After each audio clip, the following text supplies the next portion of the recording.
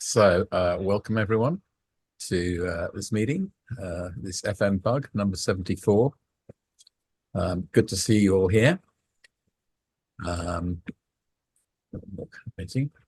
afraid Gary couldn't make it this evening at last minute. Something cropped up at work, so he's unable to join us this evening. So I'm going to be doing the news, which he's supplied me with. So it's going to be a matter of me reading through what he's written and trying to do that live. So it'll be interesting, but hopefully informative.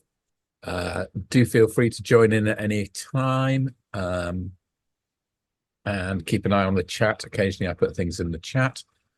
And if I'm distracted, it's because I'm trying to do 3 things at once, which I'm not good at, obviously, because I've also on the iron with my little 8-year-old daughter as well, who's behaving at the moment. So let's hope she keeps it up. So let's kick off straight away with the news. I think that was the first thing on my agenda. First up, there was some form of Claris event, an Engage event over in the States, which I didn't go to and I haven't really had time to catch up with. So Gary has pointed me at a recap from Soliant, which is fairly good. I will put all these news links in the chat when I finish the chat. Let me just summarize briefly what Soliant said about it, and feel free to add some comments when I've let me just get through it and then add some comments about what you guys who went thought about it and so forth, if you want to. Don't if you don't. So 25th FileMaker Developer Conference, and the first one since the pandemic. There was great energy and satisfying and intense. There was a lot from Soliant apparently, and I gather probably 1 or 2 other major development companies. Their view is that the apart from the technical content, one of the big takeaways was the emphasis that Claris is now paying, the attention Claris is paying to developers, and how it's all about developers. So they're valued, and they shared a product plan, which is both long-term and short-term, which is now on the Claris community site. And they've broken that down into the prioritized backlog and the in progress and the done section. Some enhancements as well. So it gives us some idea as developers as to what Claris is prioritizing. So unified platform licensing is one of the things that caught my eye, because I don't know about you, but I find that changing licensing is a bit of a bugbear, and it's never the same, and it's quite hard to work out or keep on top of, not work out, but it's hard to keep on top of what the licensing strategy is.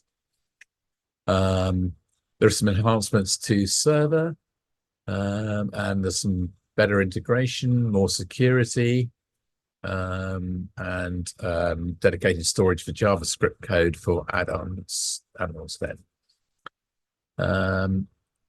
In terms of the technical stuff, there was quite a lot on AI, apparently, which is to be expected in these times. And the major promises that Claris has made, and it's already integrated some, I think Ronnie Rios demoed some of that,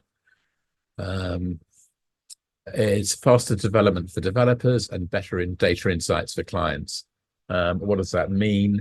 As my understanding is that the faster development for developers means, in fact, both of these, incorporating natural language features without having to go out to something like ChatGPT built into FileMaker itself.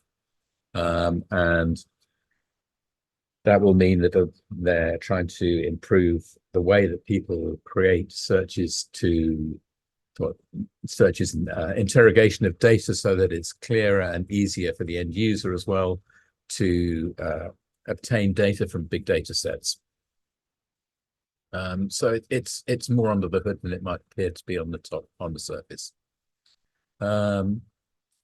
FileMaker Connect and Studio I gather the discussion there was about bringing those into an integrated environment, which is actually, to be fair, what Claris has said for quite a while.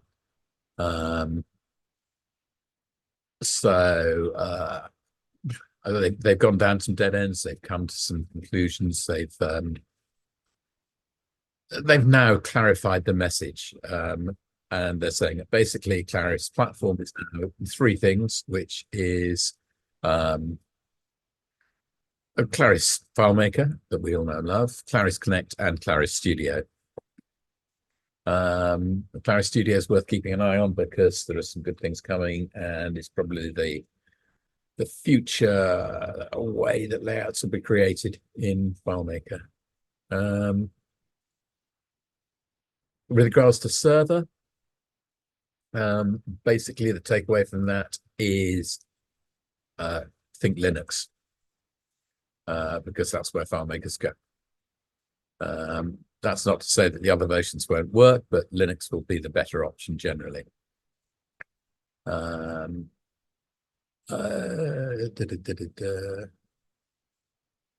Okay, that's pretty much it from there. There's also an interesting what else have I got? I've got something from Proofgeist here, saying Claris has strong foundations. I'll put that link in there. I won't go through it all. It says some of the same things that AI is here, that talking about the product plan, talking about the state of the Claris union, in other words, those three things. There is, I'm putting in a link in the news about the product plan and the backlog that's in the community, so that link will be directly in the chat in a minute. John already did that. Oh, someone's already done that. Fantastic. Yeah, I haven't been able to keep it out. Thank you. Is that you, Beverly? Thank you. No, John did that. Oh, John did that. John, thank you. Yeah, there's some interesting things in there. It's broken into headings: integration enhancements, server enhancements, security enhancements, scripting and calculations enhancements, AI, cloud, native web applications, and the backlog. So there's a pretty reasonable description in there to get us get an idea on that. There's also on YouTube, there's a recap with Richard Carlton and Christian talking about Engage 24, so that's worth having a quick check through. What else have I got on here on this list? 10 FileMaker conferences. There are 10 FileMaker conferences this year, at least, which is good. So there's lots of things for developers.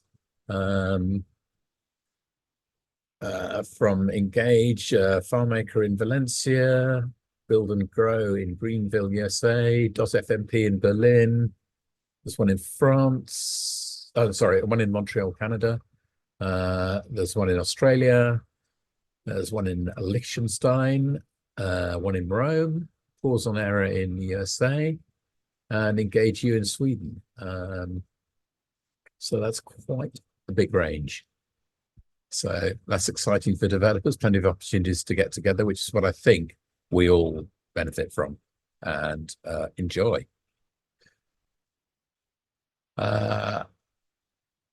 What else have we got here?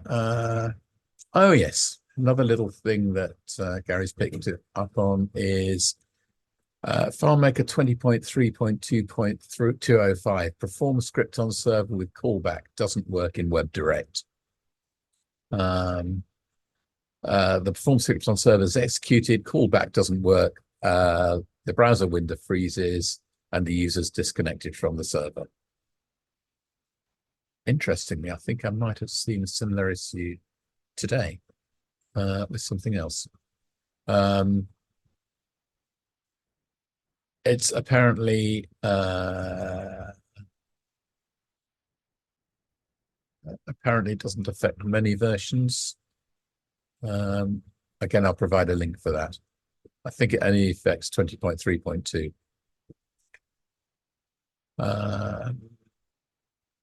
There are some new loop options.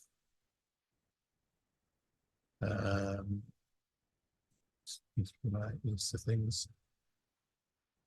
And there's not much documentation about what they are and what they do. But there's an interesting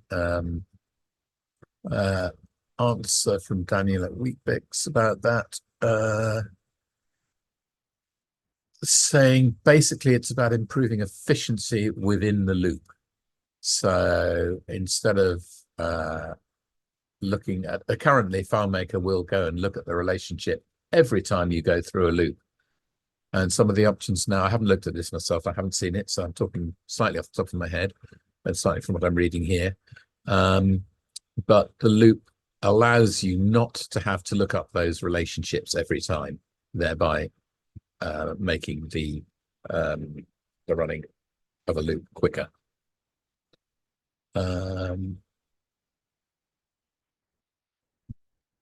And you can, yes, it's about refreshing the relationships and the data sets of them. There are two options there. Okay, and finally, Claris has fixed a DUI-lib hijacking vulnerability in the app. So there was one in the Claris Pro app versions on Mac OS, enabling an attacker to execute custom code on behalf of FileMaker Pro or Claris Pro, even without the user having proper access. So that could have led to unauthorized access. So make sure you've updated to at least FileMaker Pro 20.2 if you're running Claris Pro FileMaker Pro on Mac OS. And I think that just about does it for me for the news. Hopefully that's been a vaguely intelligible news roundup. There you go, that's all in the chat now. So, how are we doing for time? 6:50. Gary was going to talk about something that he'd come across, something that he'd encountered. We had a very nice in-person event last month down here in Sussex, and had a really great session looking at some scanners for one of the customers I work with, and looking at the scanning process we talked about in the previous FMBug. General feedback was pretty good, and quite a few people came down to it. So we'll try to hold some more of those in-person events for anyone who happens to find themselves within reach of Brighton in the UK. So that's we had a couple of people from London. Ian came, which is very nice. Gary and a couple of other people. So we'll try to repeat that. And anyway, one of the things that came out of that was something Gary wanted to talk about, but I will imagine he will talk about that next time. Which brings us on to the next topic. But before I do that, is there anything else anyone wants to add into the news or comment on my comments on the news? Please feel free to dive in. I'd just say that Roberts mentioned something there about the loop options being sticky. Yeah, I did see, I didn't really fully work through it, but it looks like there may be an issue in some circumstances. So probably worth investigating the loop options further before actually implementing them. yeah. That sounds good. Good tip. Yeah, I think it's probably worth playing with it, and I suspect it's probably a little initial at the moment. It does appear to be an actual bug, I think, based on a bunch of testing that's been going on. And it's to do with when you say, I want to defer what's happening in the loop, whether or not when you end the loop, whether or not it's effectively sticky or not, whether it's kept where it was as opposed to where it thinks you should be. I think a number of us feel it's an actual bug that hopefully will get sorted out instead of having to do a kludgy kind of workaround to code against the behavior. So, but if and when it works properly, it'll be very, very useful.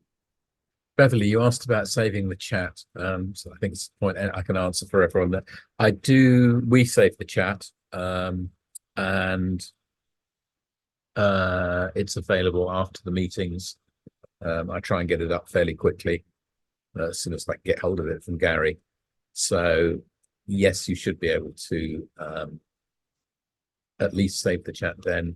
Well, Vince won an award at Engage. Oh Yeah, yeah, it was a lifetime achievement award. I hope it's not a signal to shut me up. And no, I'm very grateful. I'm very grateful. Thank you. Oh yes, I saw that you won an award there, Grant, Vince, and congratulations to you and to the others who won awards. Thanks. All very well deserved, I think. Tobias, are you ready? Yes, I think so. Okay, have I pronounced your name right? Is it Tobias or Tobias? Well, in Swedish it's Tobias, but Tobias is the international version, I guess. Okay, so you're gonna talk to us about tree tables, which I'm Yeah, looking forward yes. to. And to begin with, I'm new here, so I'm a bit nervous, but I hopefully can. We're a friendly bunch. Yeah, okay, thank you. And completely, I'm going to put my hands up here. I completely failed to get back to Tobias and warn him of when it was going to be, and so he's had very little time to prepare, but he's bravely stuck his head above the parapet and said he's prepared to do it. So, thank you, Tobias.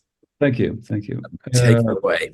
Take it away. Okay, so tree tables is I may just add on to begin with that I'm from Sweden, and I've been doing file making since about 15 years, and before that, and in parallel as well, now I'm a musician.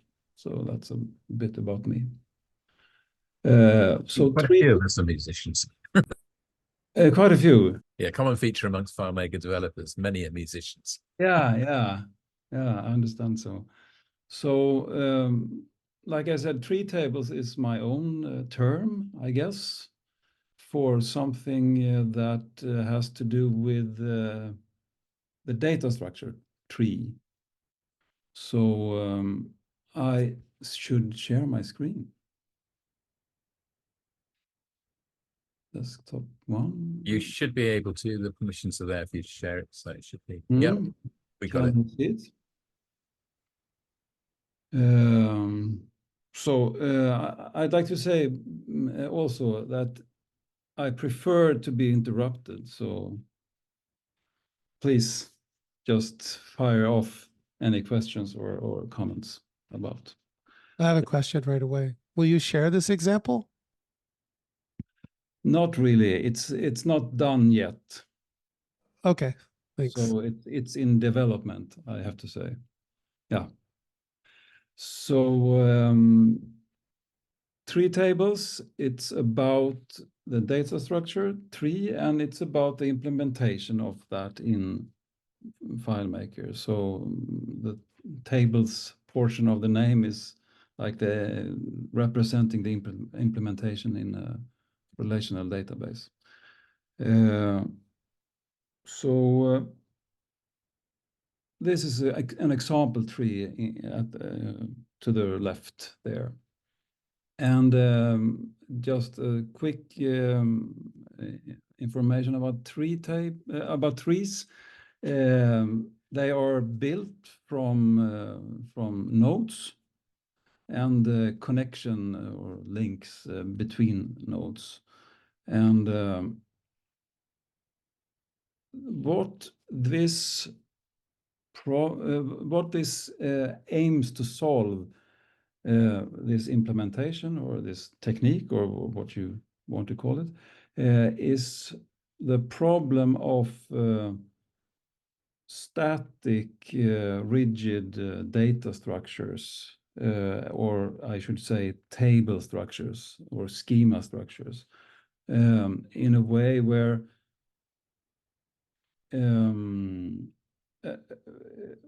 you normally may have tables that are related to each other in FileMaker through one-to-many relationship. And since a tree is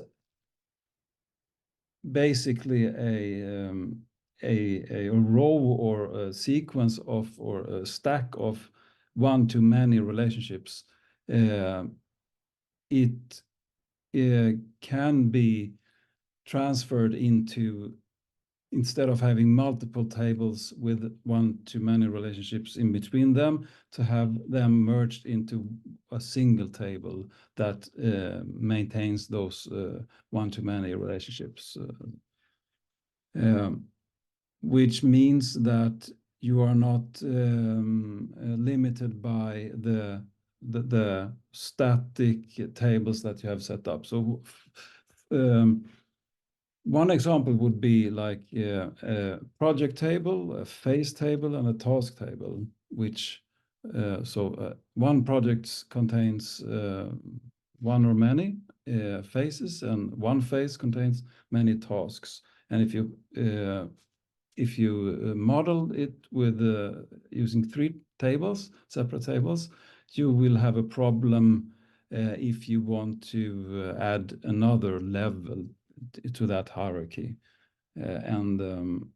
If you use a tree table, then you will sort of transfer that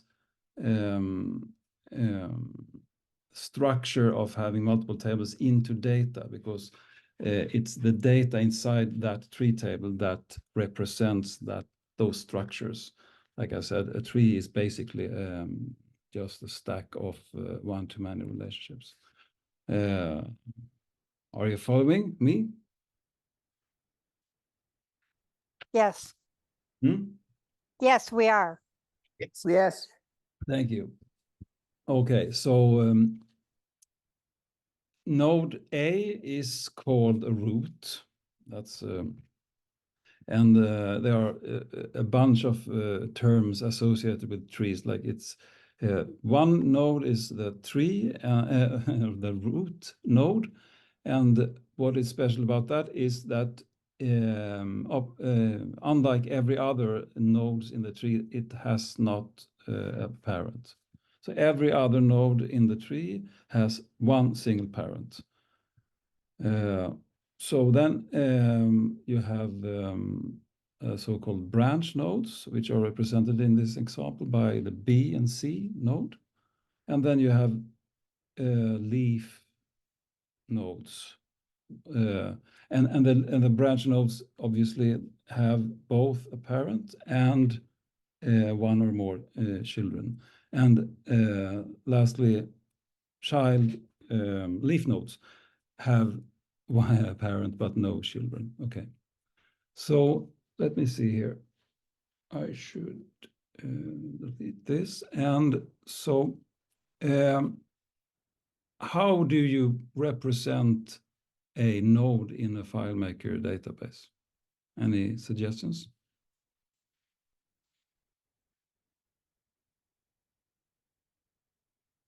With a record. A node is a record. Okay. So I will just add, I will represent the tree table example to the left with FileMaker data now. So we have the root node here, and that root node has 2 children, right? And the B node has 2 children, H and J, and the C branch node has children D, E, and F. Oops.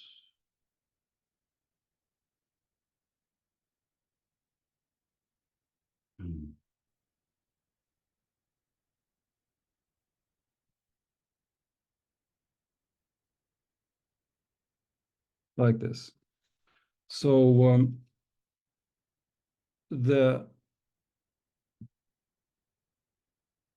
normally you have, I mean, you have foreign keys pointing from one table to the primary key of another table. What is the whole trick here is obviously to have the foreign key field pointing to another record in the same table. That's what is what is constructing, so to speak, the tree table structure within that table. So for instance, you have the root record, and then you have here, and then you have the nearest children, B and C, and they have, as this field it is the foreign key field pointing to another record in that same table. So the B record is pointing to the root record, right? It's a value list displaying both the primary key value and the name, obviously. So yeah.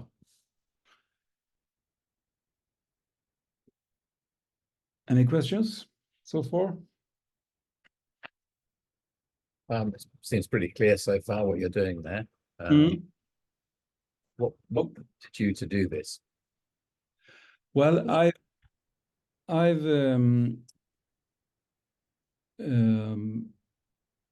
thought about this for a long time, because I've identified many places in my solutions that could benefit from this structure, and I'm working currently on what I call Web Solutions tool, which is a tool to create websites,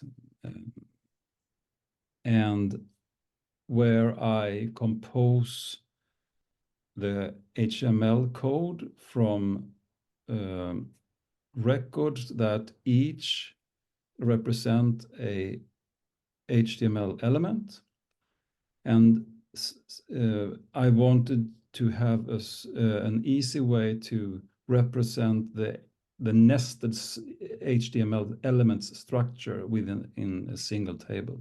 Mm-hmm. So that was the current main use case for me. And let me show another use case.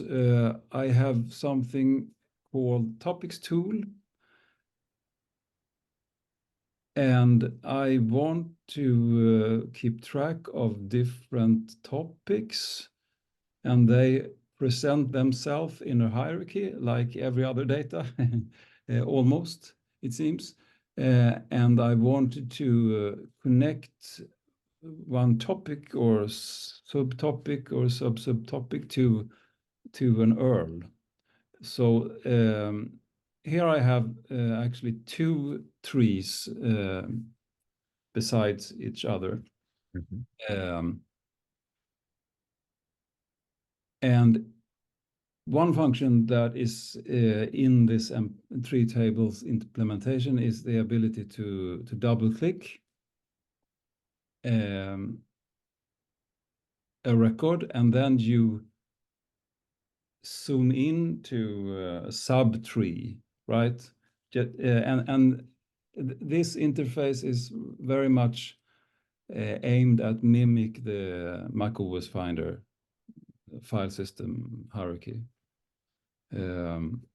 So when you have a lot of records in such a table, it's very convenient to be able to focus, to narrow down the records that you're viewing. So that's part of the implementation, to enter a subtree and to exit a subtree by either double click or use the arrow keys, arrow icons here. So for instance, I have public and private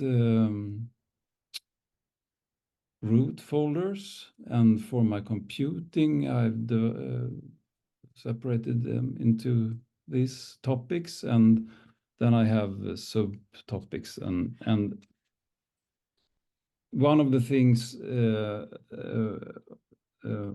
is very good with having a single table is obviously that you can have as many levels as you want. It just depends on the data. And another limitation is, of course, the UI. And here I've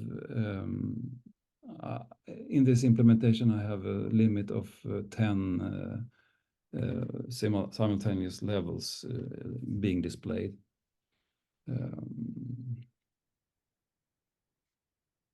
Yeah.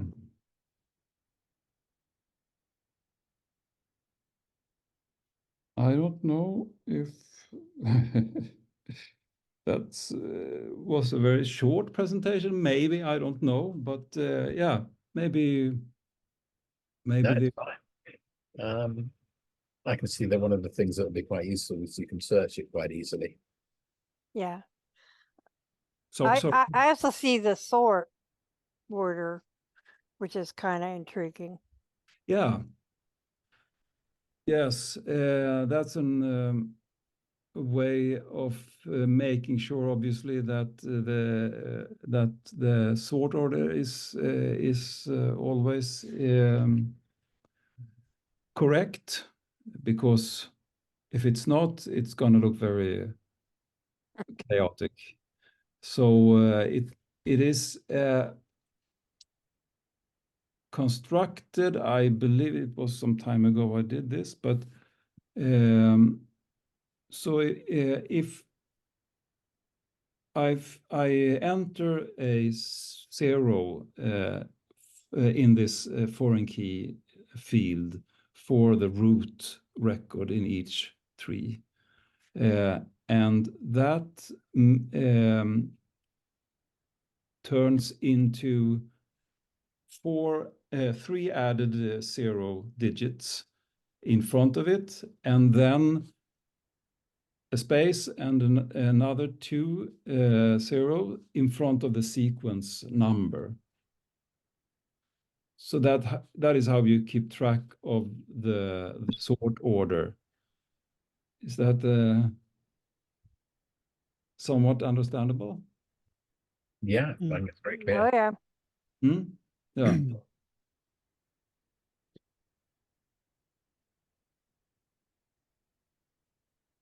So are you going to start implementing this for all your solutions, do you think? Sorry? Are you going to start implementing this for all your solutions? Well, yes, and I've already done it here and there, and I have in my own solutions for my own tools. That is the main purpose currently. So there are when I look at my solutions, and it's very, like I said, it's very easy to find places where I can use this method to go from this static structure into a dynamic structure. And yeah, so there are, for me at least, there are plenty of places where I feel I should. I have a long list of files and where I want to implement it. Yeah. What do other people feel about this? Are they interested? I'm curious about. Yeah. Sorry. Go Curious ahead, about Vince. network performance. I'm curious about. I mean, are you sorting every time you open up a tree? Is it sorting all the time? It's sorting all the time. Yeah. Yeah. Okay. I'd be curious with a lot of data over a wide area network, how it would behave. Yeah. Yeah, just go ahead, Bev. Yeah, well, looking at your numbering for your sort order, 000 gives you only 10,000 records, which might be a problem at some point. And then I do something similar, but I don't use the numbering. I use the natural alphabetical sort as part of it. And my clients expect that, so that, a parent would be sorted with all of its children sorted alphabetically, and then it's very, very much more flexible. Yeah. So one thing was I wanted to have this opportunity to because I have some books converted into such a data, and then I wanted to have oh, there's a mistake. I wanted to have this number identifier prefix.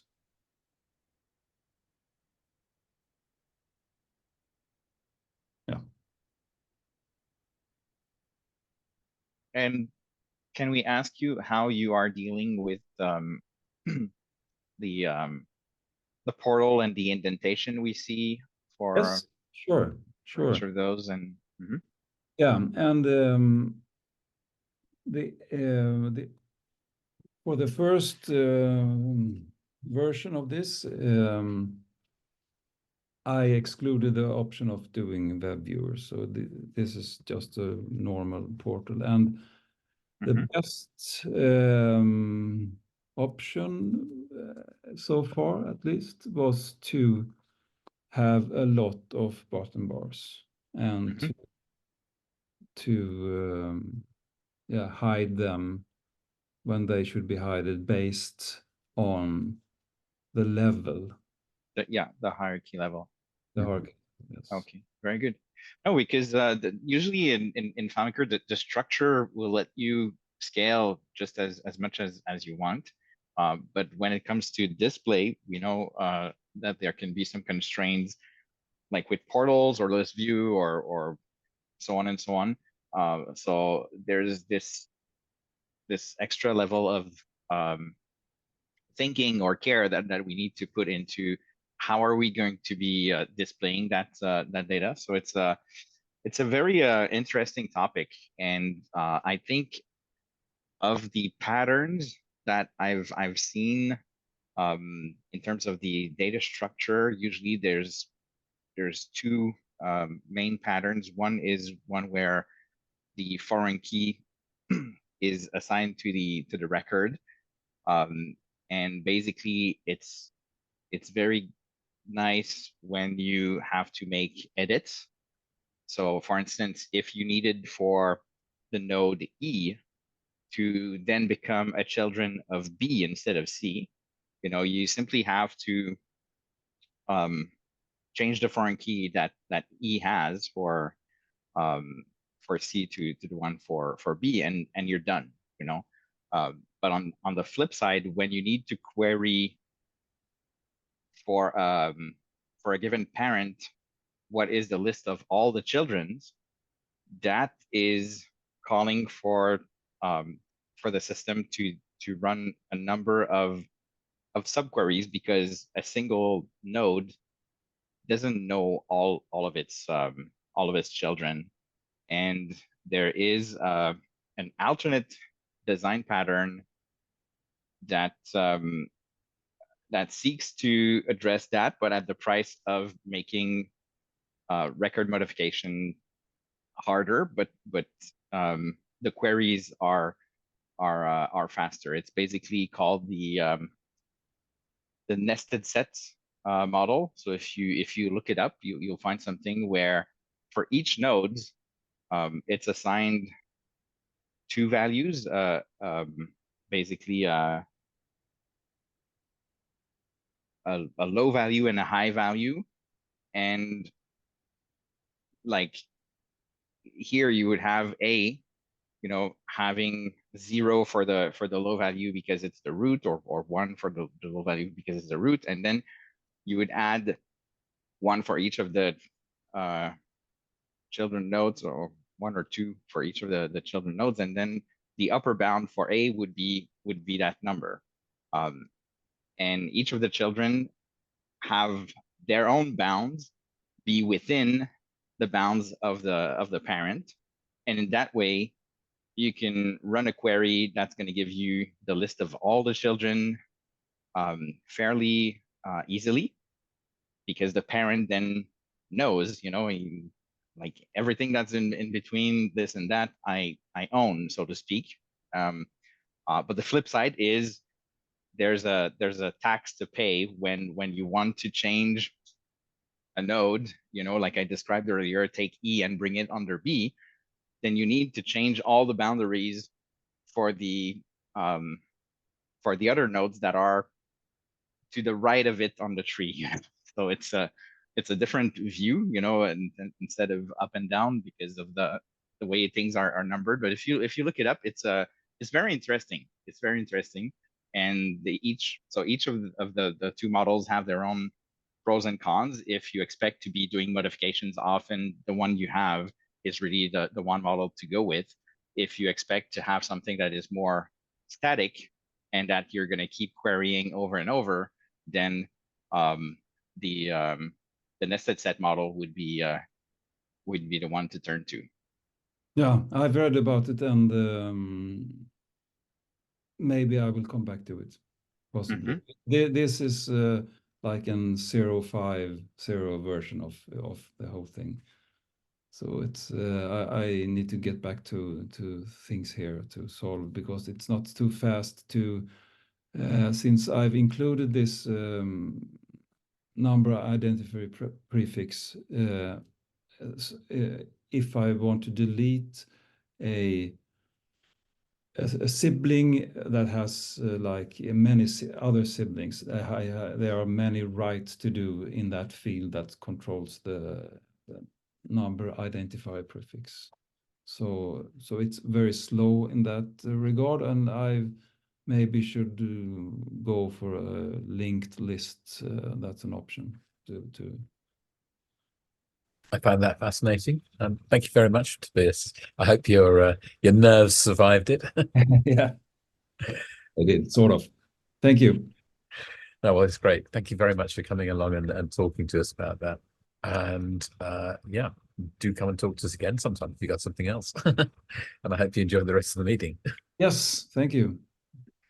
Well, Hey, on. I Yes. have one comment. Tobias, nice to meet you. I had actually just seen your name recently because you had posted a while ago about something I think we call the local file technique.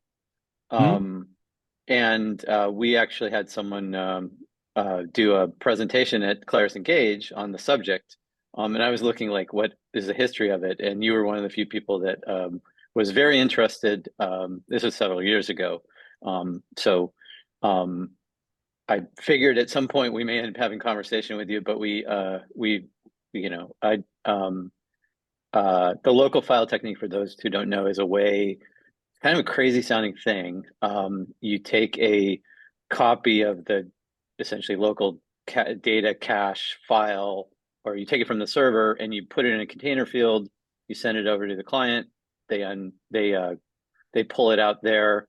And it's a bit like a separation model, maybe. There's all sorts of considerations for data integrity and security. But we've been using this for about 6 years or so and worked out a lot of those kinks. The content is in a presentation. I don't want to sidetrack this meeting with getting into too many details because we have other stuff to cover, but was glad to see that you had articulated some of the need for it back then. So maybe we'll get in touch, or you can get in touch with Vince, who knows the person on at Beeswax who presented on that. Not sure if you saw that presentation or not, or the info about it, but or if you're still interested in the local file technique. But yes, I'm actually using it in the tree tables, but that's another. Oh yeah, cool. Yeah. Welcome to the community. Yeah, Thank great you. presentation. Thank you. Yeah. Okay, thank you. Thanks. Anyone else? No. Okay. In that case, what time are we? Are we on time? We're 7:23. We're slightly behind. I think are we? Oh no. Well, we're slightly ahead. Vince, are you ready? Yep. I'll Take share. it I'll share my screen. Vince is going to Okay. talk about the latest version of InspectorPro, which is So let's see. great. As we often mention, like it's okay to interrupt me. So let me see if I can put both of these up here. Yeah, so you can interrupt me at any time to ask questions. I'm totally fine with that. And let me know if you see my screen. Okay, good. So thank you for having me. And although I did, we did show this off at Claris Engage,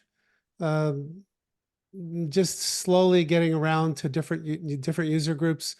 You're one of the first to see this content as it continues to evolve. So this is basically InspectorPro 8 that we're talking about. If you go to the website today, you will still be downloading 7. 8 is not currently on the site to be downloaded. So this is a preview discussion and presentation of the forthcoming version. So let's see here. Honored Okay, so the first user group to see it. Thank you, Vince. yeah, yes.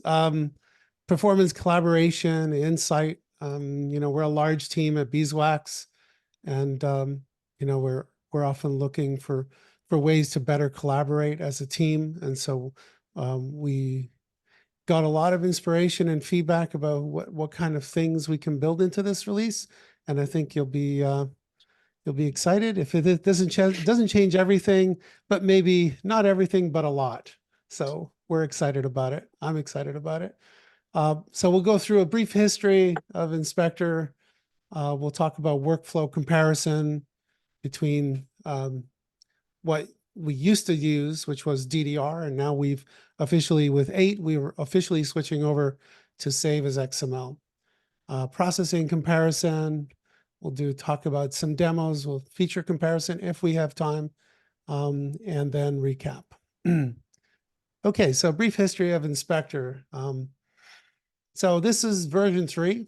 I'm not going to go that far back, and I'm not going to delve into too much of the past, but this was before FileMaker 12, and then version 4, which was localized in different languages, version 5, version 6, version 7. All that to say that over the years, Inspector has been rebuilt, kind of major undertakings in different ways. And version 8 is a complete rewrite from the ground up. And, borrowing a lot of the things that we learned in the past and implementing those, but basically rethinking the whole approach. So just a quick story. I once worked on a project where, we had a system in place and they were using it. And then, fast forward a few years later, they had some enhancements they wanted into the system, and we ended up building them. And one of the project managers on that project, after we implemented it and it was so much better, he kind of looked at me and said, "Why didn't you build it like that in the first place?" And I'm not one for retorts. I'm not a, kind of quick on my feet, kind of English savvy retort kind of guy. But I kind of looked at him, I was in dismay and thinking like, wow, like, how do I come back to that? So like I said to him, it's like, you're a Mac user. And, Mac had been around now for, Mac OS 10 had been around now for like 8+ years. They went from Mac OS 1 or 2 or 3 or 4, whatever. And I kind of looked at him and I said, why didn't Apple just come out with version 9 from, day one? And he kind of looked at me and said, touche. So sometimes things take time to evolve. And sometimes the possibility with new tools and new features and new capabilities open up new doors. And so I am really one for, as one of my favorite quotes from a book by Edwin Catmull from Pixar. Creativity Inc. is the name of the book. And one of the quotes that always stands out for me is always take a chance on better. And I always like to encourage the team. And this is basically a picture from unsplash.com, and the credit is down at the right. But I have this sometimes as my desktop image, and sometimes you want to prototype new ideas and think out of the box. Just to say all that to say that Inspector 8 is a completely different tool than 7. It's a completely different animal. So just a workflow comparison really quick. Version 7, you hosted it on server. This was using the DDR. The solution would be open. And then what you would do is you would ask for a DDR. It would pull down the DDR, and that would take time. And then if you open up Inspector, then you'd open up Inspector, and then you'd send it to the server. Very, very inefficient, because first off, you're pulling it down, and then you're pushing it back up. So you have to download it from the server, upload it to Inspector, not able to be scripted, not server compatible, and very slow. And save as XML, by the way, is even slower than DDR. If you're generating it over a WAN, and if the file is of any moderate size, you would definitely do not want to be generating it over a WAN. So, different times here, but this is just based on one small file. So the workflow comparison compared to 8 is very different. So 8, the solution is opened by the user, and we have different integration options that I'll show. And the user basically makes a request to say, generate the XML and send it to Inspector. Inspector doesn't even need to be open on a client's machine. So the user just says, hey, I made these changes, writes a comment, and sends it off for processing, and it runs on the server. So Save as XML is server compatible. InspectorPro integration is an add-on. It's like really quick and easy to add. A comment can be added to every analysis that you initiate. And then Inspector, like I mentioned, doesn't even need to be open, doesn't even need to be open. And it's very, very fast on server. On server, it gets executed very, very quickly. So processing comparison. Here's the graph of 7. Here's the graph for 8. Okay, just if you missed that, here's the graph for 7. Here's the graph for 8. Okay, so we did a lot of rethinking about this. We didn't need as many tables, so we had a 28% reduction in tables. We had almost 64% reduction in table occurrences, and the biggest deal is we had a 97% drop in relationships. When Clay saw this at one point at one of the conferences, he said, wow, this file must open up like really fast. And yes, it does. It opens up very quickly. And the other core area of the tool is basically it's the grand central station of Inspector. It's called the dependency table. And that's where all the activity happens. So like this field depends on this value list for validation, or this script step depends on this field. So everything where it intersects and one thing depends on it, or one thing is referenced by it, we had a dramatic performance increase for a number of reasons, mostly for reducing the size of the table and the indexes that occur in the dependency table. So the column on the left is Inspector 7. The column on the right is Inspector 8. So we had a dramatic improvement in performance just by really, really, really honing down the dependency table. Another comparison worthwhile mentioning, and this is like one of the core differences, the way it works in 7 and 8. So in 7, every analysis was everything. So you run an analysis. Let's say you had a modest system, roughly 30,000 items, 8,000, 9,000 calculations, and 15,000 dependencies, and scattered in various tables.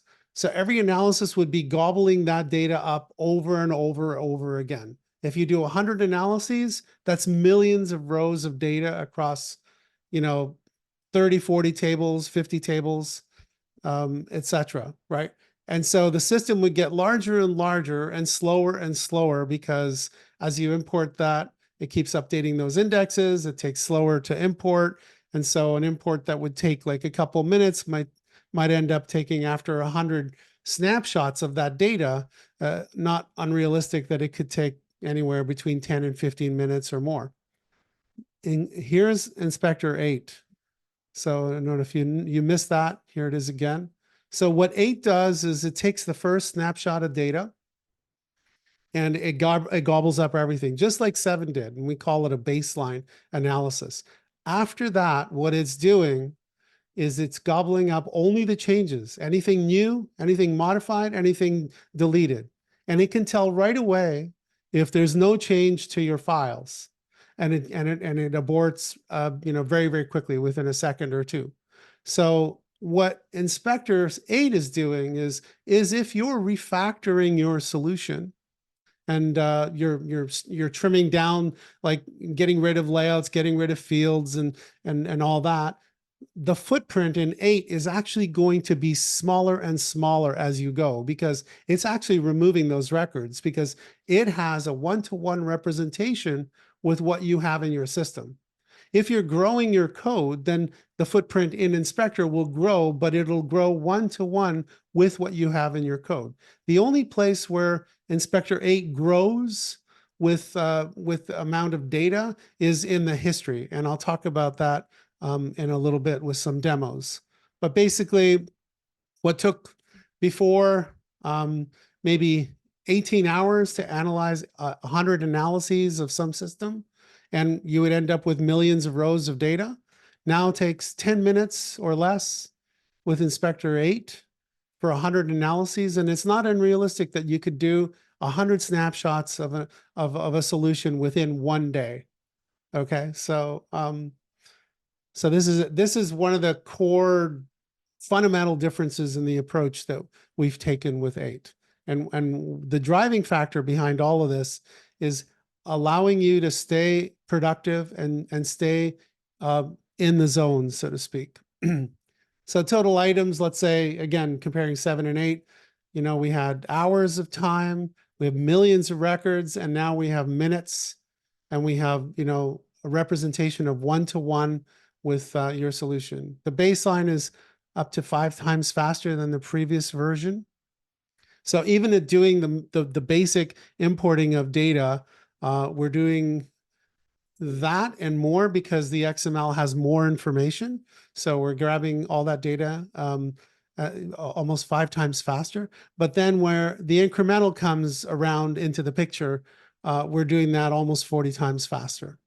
So, and it depends on each solution, but that's the big major difference. New stuff in the XML. Again, I invite you to go ahead and save a copy of XML of your file, and you'll see something called catalogs that we didn't have before in the DDR, and those are critical. The catalogs have this thing called modification counts, and the items have modification counts. Not all items have modification counts, unfortunately, but most of them do. And that's how Inspector does its magic in terms of like scanning the catalogs, finding the places that have changed, scanning those items, finding the items that have changed, and getting in, getting out, and getting done. So that's a core fundamental part of it. Other new things in the XML that we didn't have before in the DDR, we have this thing called parts, layout parts. And so, you'll have a representation of all the different types of parts that you're using on layouts.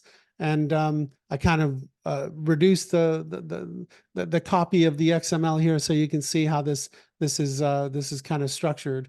Within the body part, you have all the layout objects, etc. And then the beauty of this is before in the DDR, we never had a way to have a dependency for a field that's used as in a subsummary part. Now we do, because parts are there, and the items that are belong to a part are also tracked. So a field that is used as a subsummary part will be represented. We also have table occurrence notes, and I'm a big fan of emojis. So it's good to know that support for emojis is everywhere.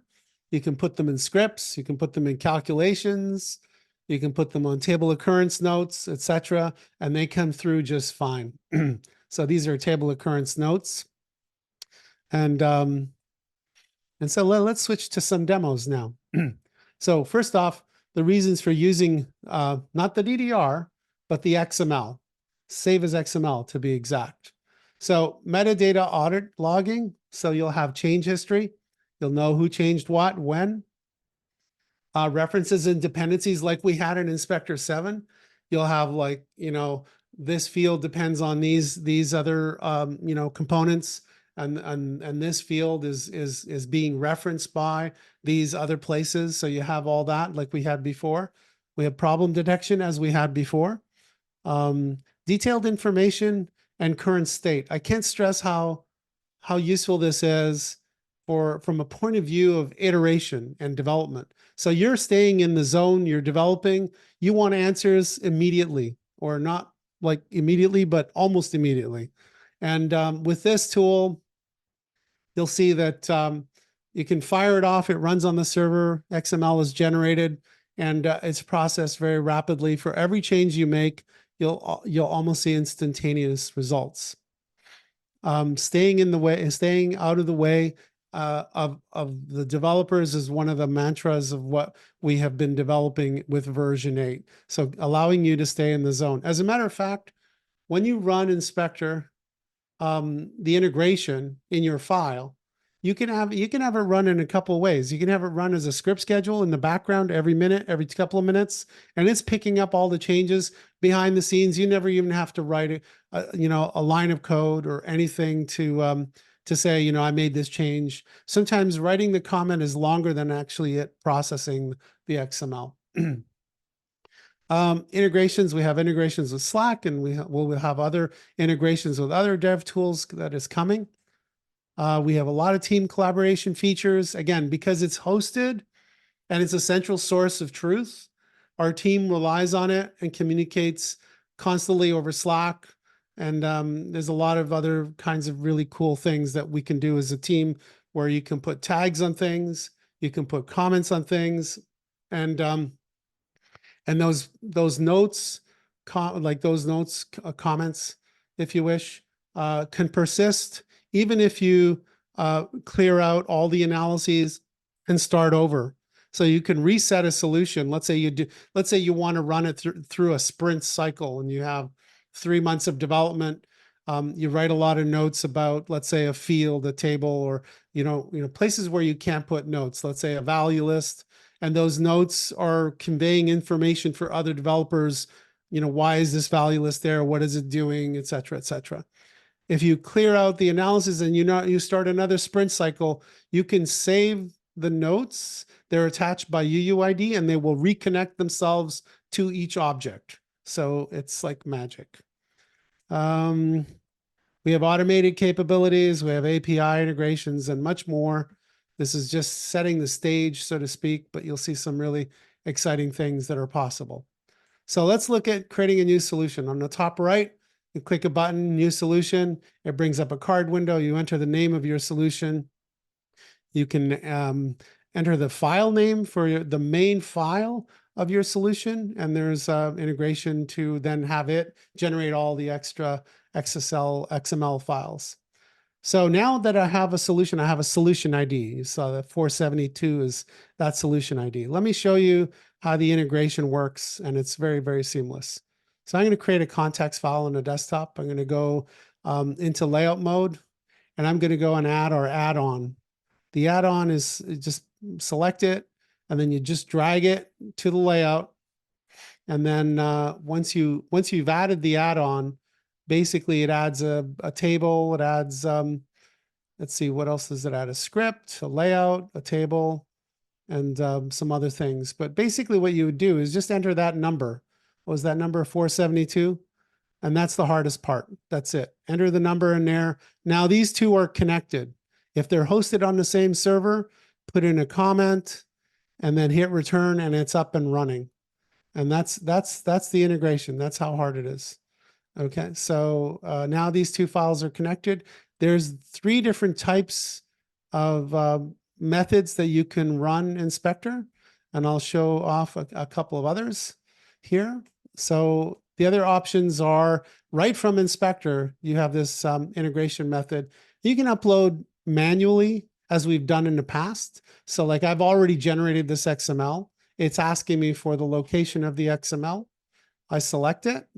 And now what it's doing is it's sending that XML file to the server to get processed. Okay. So that's the manual upload. Okay. That's if you had a local file and you want to get it run on the server. The other method is, so I'm going to make some changes here, and I'm going to also, use the other method of integration, which is by window names. So in this case, the window names is meetings, and I said layout changes, and I'm going to run it. And now what you're going to see is the reason why you never want to do this on a hosted file, because this is going to take a while to generate, and this is a small file. You definitely don't want to do this on a large production file. So you want to take advantage of the fact that Save as XML is scriptable and it's server compatible. And the 3 integration options that we have here, the one on the left that I just showed you, which is manually upload, window names. These are all great if you have a local file and you haven't really taken the time to add the integration into the file. And so you want to, you're having a file that's local and you have Inspector that's hosted. You can take advantage of both of those. Okay. So this is going to take some time. I'm going to fast forward this so we get to the end of it. So we don't have to wait for it. So now that got sent to the server, it gets processed and it gets completed. And now I'll make some other changes. So let's see, maybe delete this item and delete this item. And let's see, what else did I do? Add another item, change the color, etc. Okay, so I'm going to go ahead and process it. The other option is using the integration that we added. So what this is using is using FMP URL to talk to that hosted file and run a script in that file. And so now it's talking to the file, generated the XML on server, it's processed the XML and gotten the results of what those changes were. Now, if we look at those changes, we'll see like a history of changes, and I'll dive into this in a little bit more detail in other coming demos. So basically that integration that you saw, the one in the middle, is the one that you want to be using. So there's the this method right here, the one, the integration with the API. So that one, once you've added the add-on, this one becomes available as an option. And you can set any one of these as the default, which means that when you click this button on the layout, this arrow button, you can actually hold down the option key and bypass the message altogether and just have it run. And we'll see a couple of examples of that shortly. Once you have a number of analyses, there's an area where, again, like I said before, you can reset the whole solution. So if you have a lot of analyses, you can press the reset button. And what this will do is it'll clear out all the history of all the analyses, etc. But it'll actually keep the notes, the tags, and all the members. And so there's that option to reset it. The other option is to actually delete the solution altogether, and that will remove everything. And for this, for these 2 options, in a lot of places, we also give you the opportunity to hold the option key down. When you press it, it just executes it and removes the item. And so you don't have to deal with the dialogue all the time. So that solution got removed. So let's look at staying in the zone. So here I'm going to do some development work, and I'm going to get inspector to run. So I'm going to change the layout name, and I'm going to set some of these flags off. And let's see, enable quick find, and change the context for the layout. And then I am going to go ahead and run this, I believe. Yes. Okay. So process it. And I'll actually make one more change. Okay. I removed a layout object. I process it. This is I was holding down the option key when I did that. I didn't put in a comment. And if I go here to run it, I'll see the layout changes. I'll see the layout object that got deleted. I'll see all the attribute changes that happened for that layout, etc. Okay. So again, what you're able to do is run it and just get back to work. So I can go back to Inspector, and let's look at making some changes to an account, for example. So I change this account, and I'll change the description in here, and I'll do some other change, I believe. And then I'll click OK, and I'll have it run.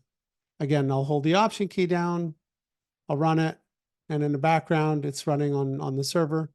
It's already done. So there's Julia, there's the changes, the attribute changes that happened for that account. And this is just an example. The attribute changes are for anything, fields, value lists, tables, etc., etc.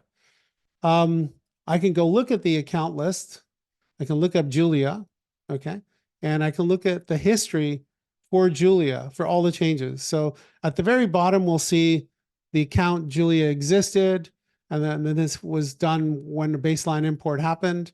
And let me just pause it there for 1 second so I can back up 1 second. So if we look here, so this part down here tells me that that account or that record, that item existed in Inspector when I did my baseline. This is all the attribute changes that were captured during this analysis. This is the person who did that analysis. And then it tells me if the account still exists. Okay. So remember these two facts. So then what we do is we'll go ahead and we'll close this. We'll go ahead and make some other changes in the account. Again, for Julia, we'll make some changes. We'll change her privilege set. We'll change some description here. And let's see what else we'll change. We'll require her to change her password. We'll click OK. We'll run it. We'll put in a comment.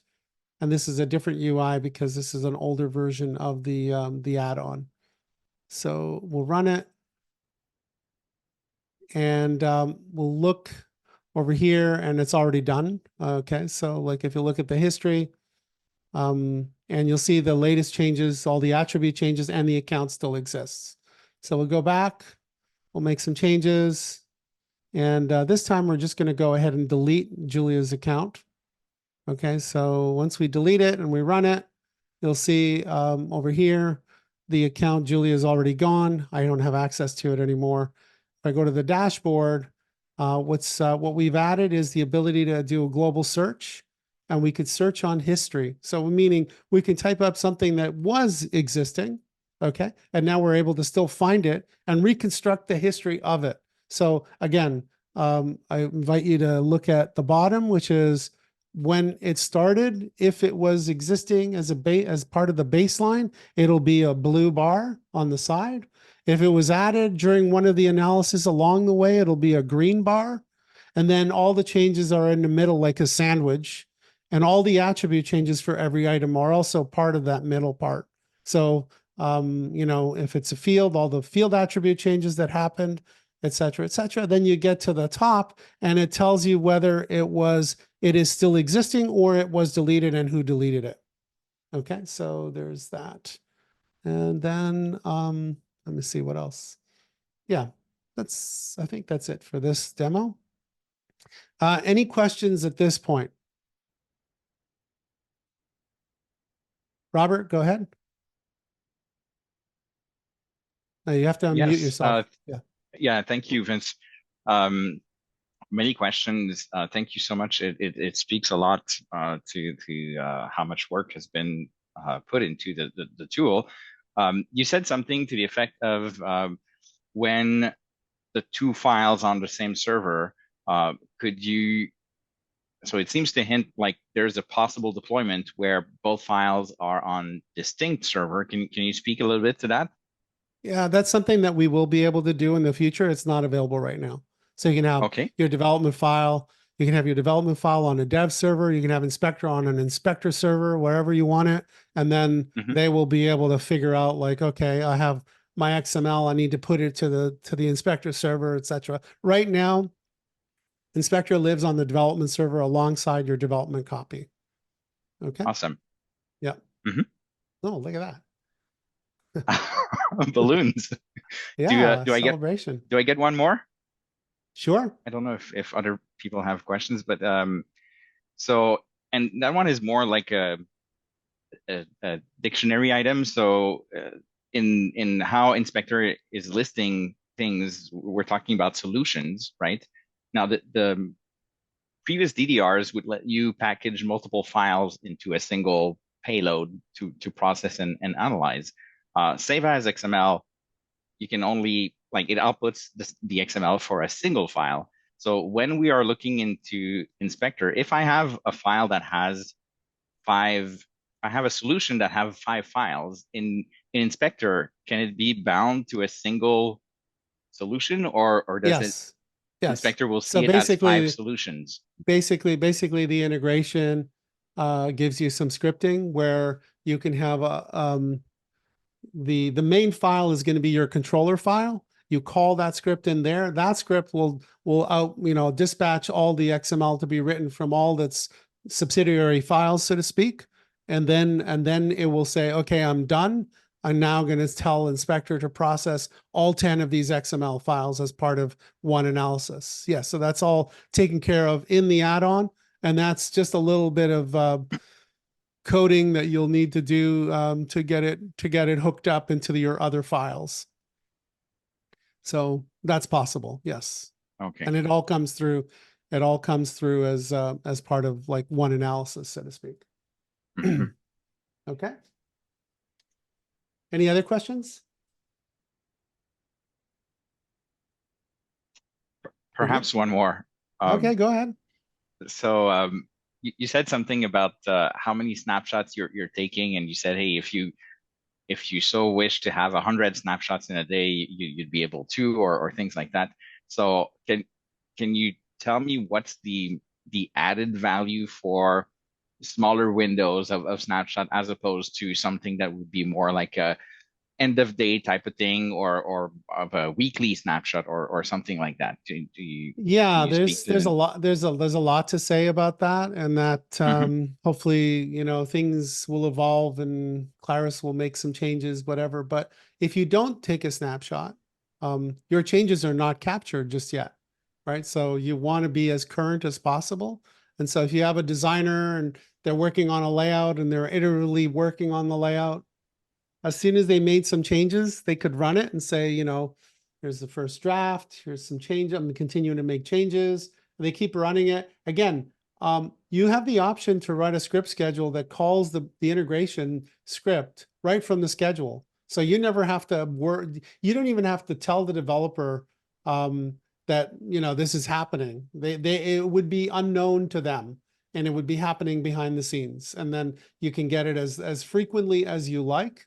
And then that means that for Inspector to do its work, it's more like bite-sized morsels. So like, okay, I see there's one script change. Let me go process that. I'm done. Whereas at the end of the day, you might have 15 script changes, 3 new layouts, all the layout objects, etc. So it's just going to take longer to do that. But again, it's just a question of how you prioritize that or etc. And if, you're refactoring a system, you might be, like, oh, this field has like this one other reference. So let me go remove that field on this layout. Okay, no, run it now. Okay, no more references of the field. Let me get rid of the field. So the fact that you can get those answers like almost really, almost real time gives you the ability to keep iterating and stay in the thought process of like what you're doing, which is one of the main goals of this release. Mhm. Does that answer your But question? this, but yes, but the server has to generate the full XML on each run, right? Unfortunately, yes. And if you would like to submit a ticket to Claris for that, I'll be happy to volunteer and champion that thing, which is I've been Okay. asking for years.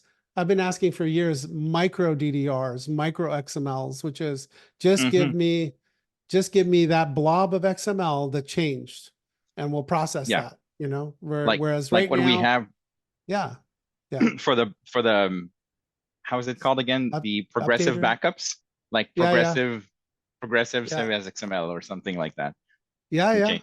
That would light a fire under this even more. So okay, let's move on to the next thing. And then so this is just a screenshot of all the analyses, and these, you have the first one at the bottom has the letter M. That's a manual processed item, and then all the other ones are scheduled. And so like I was doing work, it was happening at a regular interval of every 1 minute, and whatever it picked up at that time. The third row from the bottom, it picked up 1 addition, 2 modifications, one deletion, et cetera, right? So again, you can have it running on a schedule, you can trigger it manually, and so on. Let's look at some other areas of inspectors. So let's look at layout styles. Sometimes, so here's a layout that has, on the layout, I have one layout object that is a default style. The ones in green are theme styles, so they're part of a theme. The ones in blue they've been saved to a style, but they haven't been saved into the theme. And then the red ones are local style. Okay, so if we go look at Inspector, and that layout was called style. If I go use Logicator to search for it, hit return, I'm looking at the layout. I go to styles, and now I'm looking at 1 default style, 5 theme, 5 layout styles, and 10 local. Okay, so I'm just going to make this window smaller. I'm going to go make changes to the layout. And so this is the thing that I was telling you before, Robert, which is I'm in the zone, I'm refactoring this. I can look at these styles, make changes to them.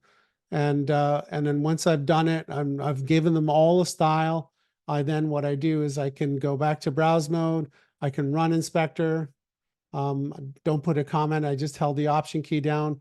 And now this is real time. It's going to update here. And now all those styles are now all theme styles. I have no more local styles, no more layout styles. And now I made improvements to the performance of this rendering this layout. Okay, so that's the whole thing about staying in the zone and getting feedback. Okay, so let's see the next demo. Basically, just this talks about adding users.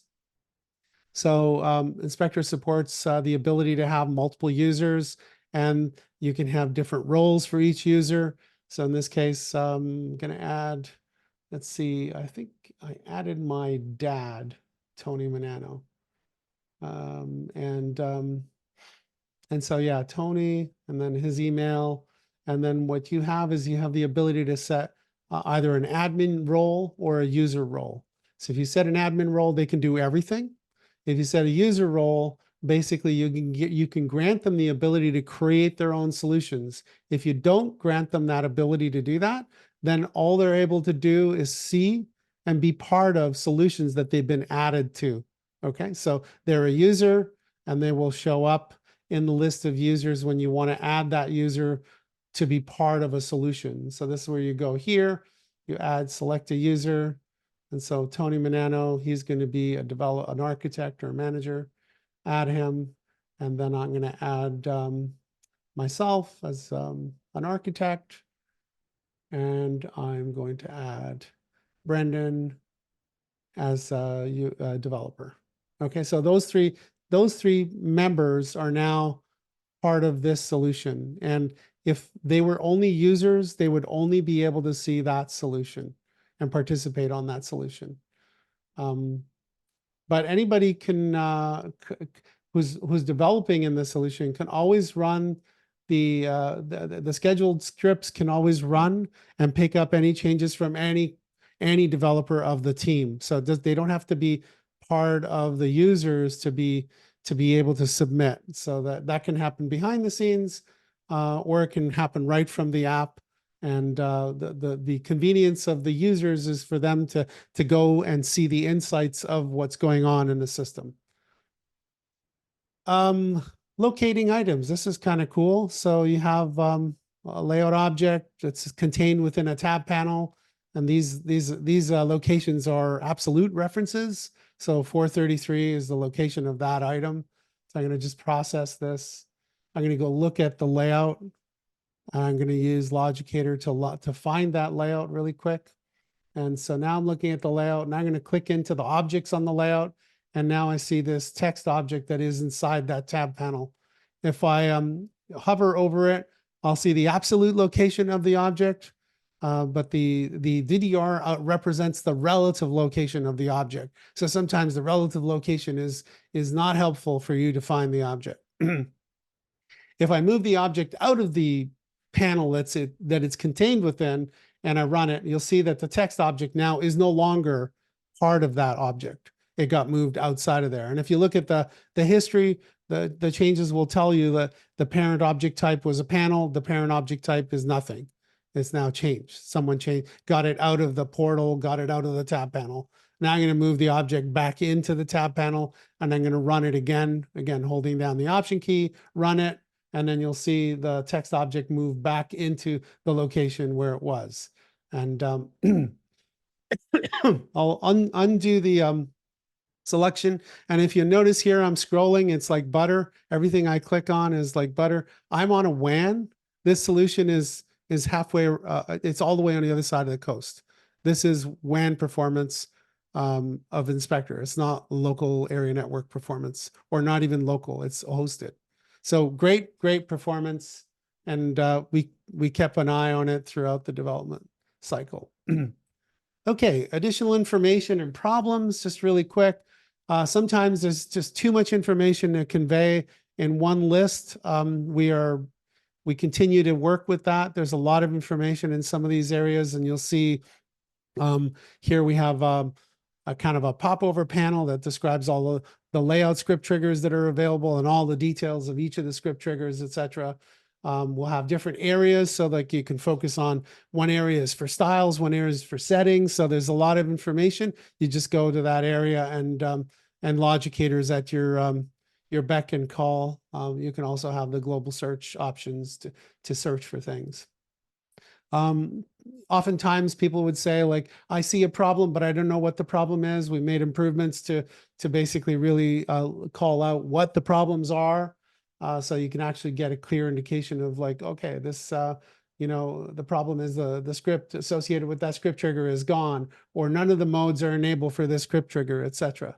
So those are clearly called out in popovers for the problems. Okay, and something, you guys are the first to see this. I hope you really appreciate this. All right. So this is something really amazing.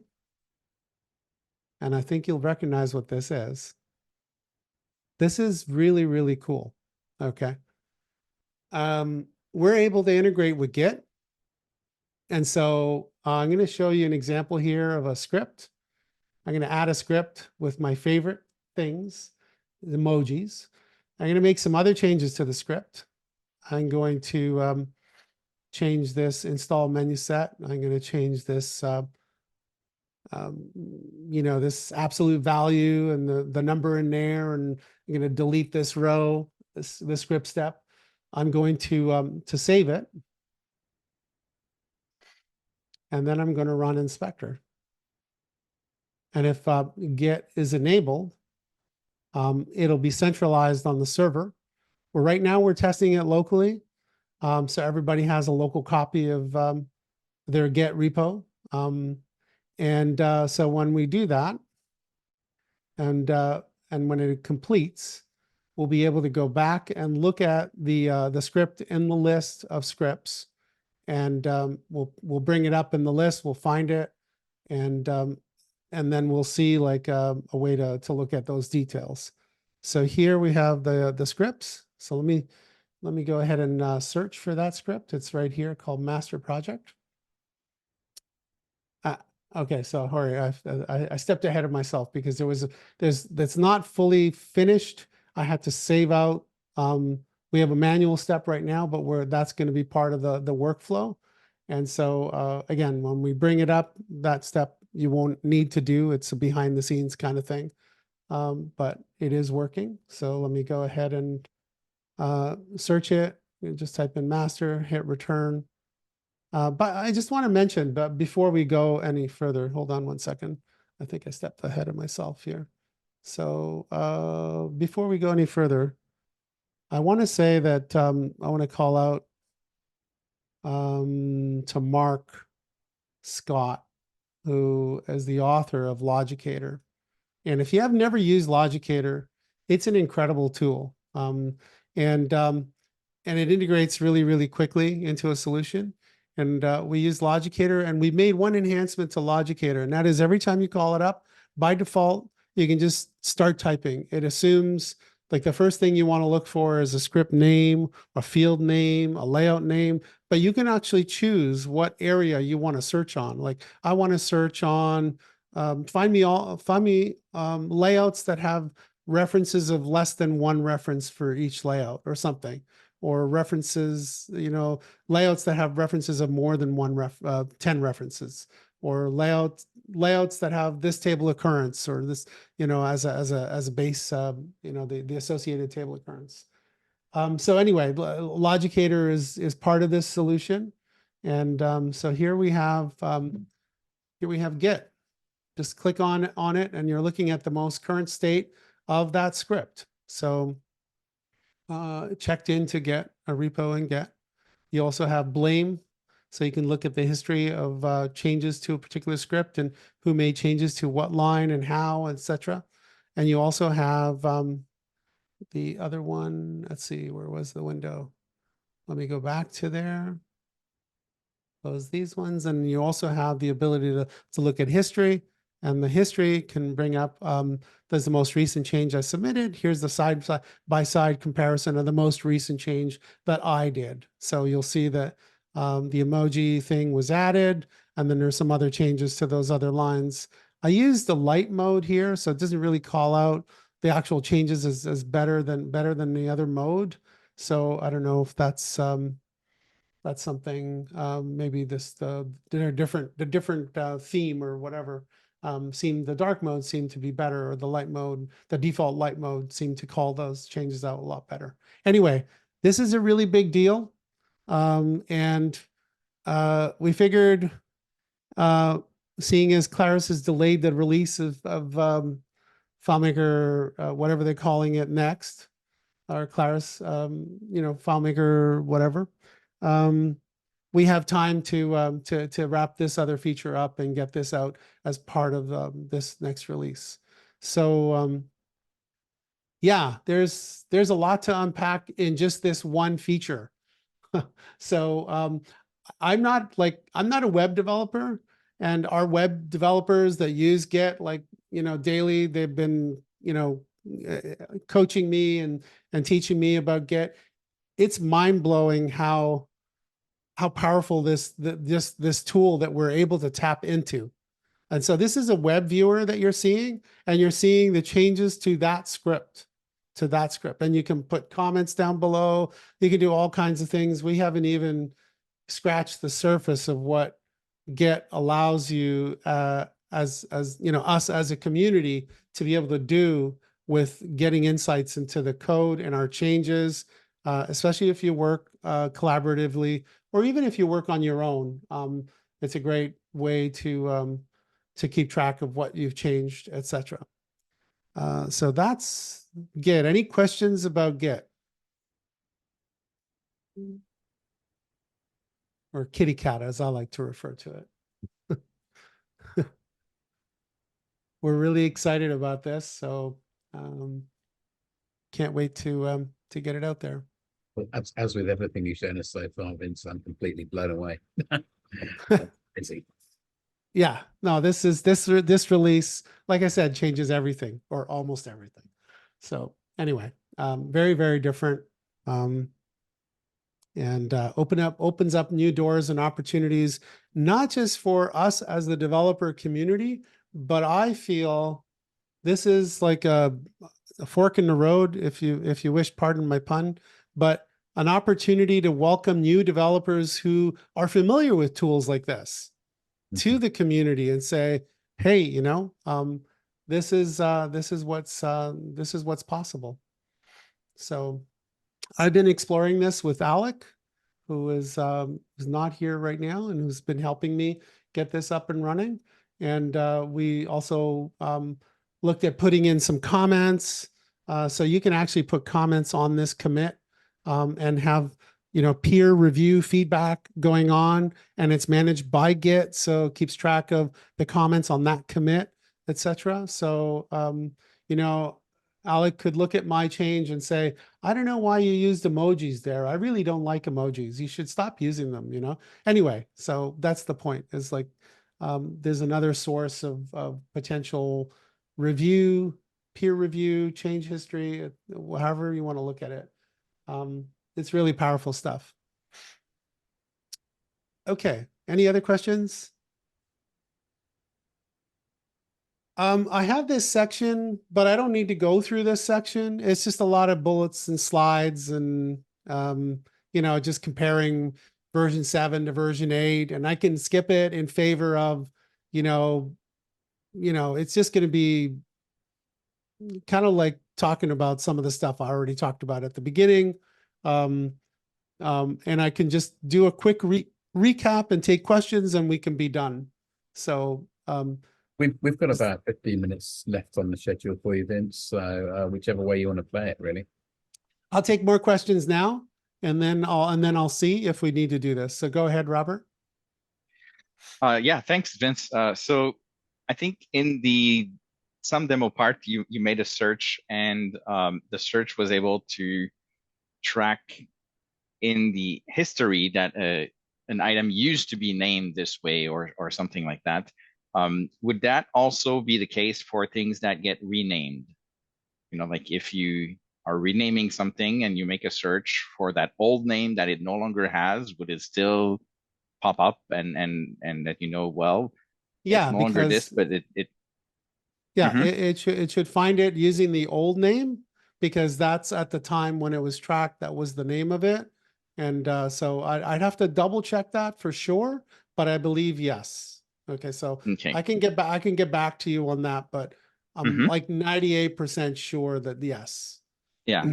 And for any point in time, snapshot in time, there's no feature in there that lets us say, hey, give me the save as XML that was used for this or something like that, right? Is there in there or?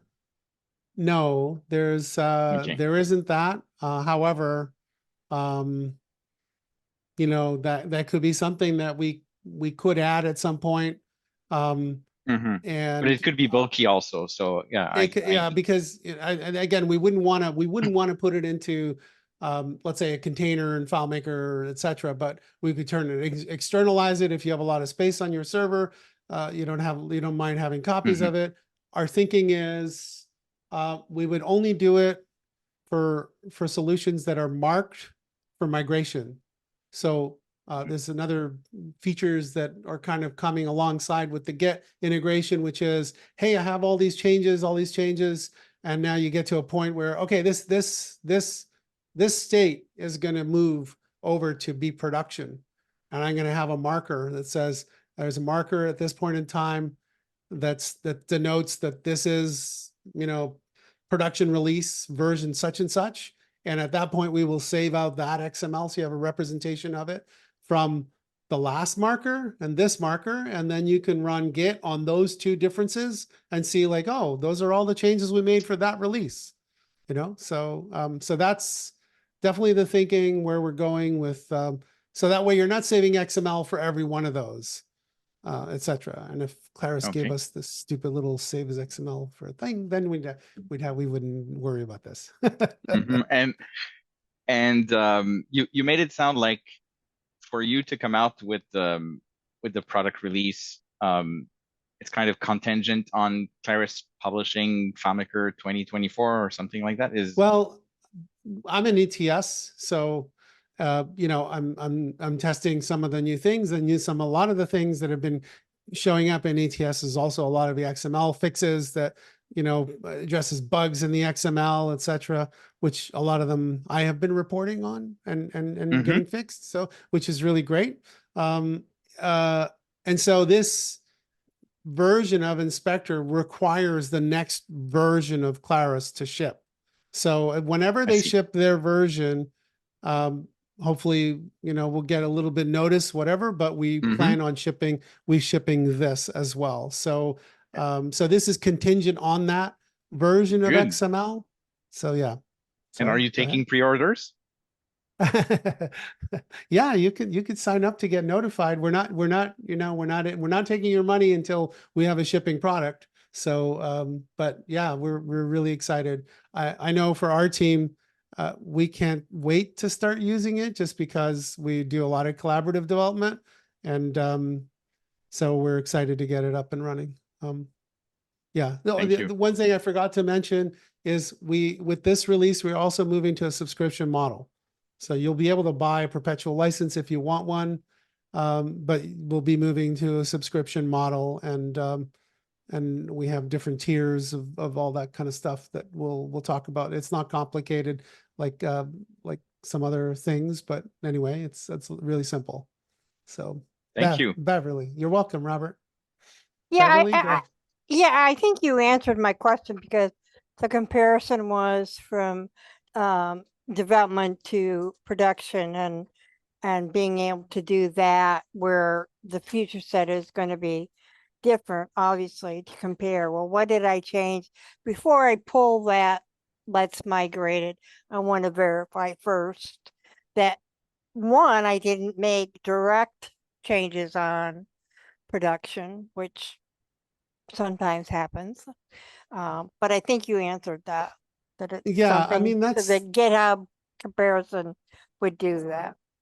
Yeah, I mean, again, if you have it the way it is now, if you have it and you're running it every time, and if we're doing the Git integration the way we have it now, it's just going to output every change that it sees. Okay, so like right, but I'm talking about two different servers where one is production, one is, you know, in development or staging or however people have got it. But okay, thanks. Yeah, so we're gonna have to see how that evolves, but the assumption is the development copy is a copy of what production was at the time that you took it. And then if you don't make any changes to the production version, then, you know, that's what it was. But there's different ways to tackle that that we can look at, and that would be like take the XML from production, upload it, take the XML from the migrated soon to be migrated version and upload that, and then those get checked into Git, and then you can see all the changes that have happened. But you know, anyway, remains to be seen how that workflow pans out. Anybody else have questions other than Robert? I want to make sure, because I only see Robert with his hand up here. I don't see any others. No others? Okay. Go ahead, Robert. Yeah, just curious quickly, you also said in the save as XML, not everything has a modification count.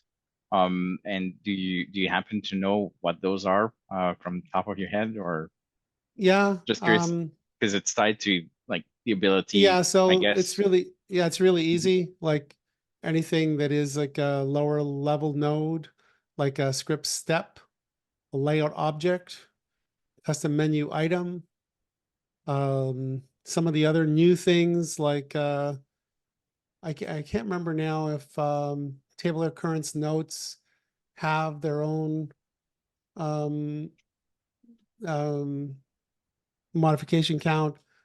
Layout parts, they don't have a UUID. So it's, you know, like some of these weird things that I report on and say, well, be consistent. Everything has a UUID. Make sure layout parts have their own UUIDs, et cetera, et cetera. But the big ones are the ones I mentioned before: script steps, layout objects, custom menu items.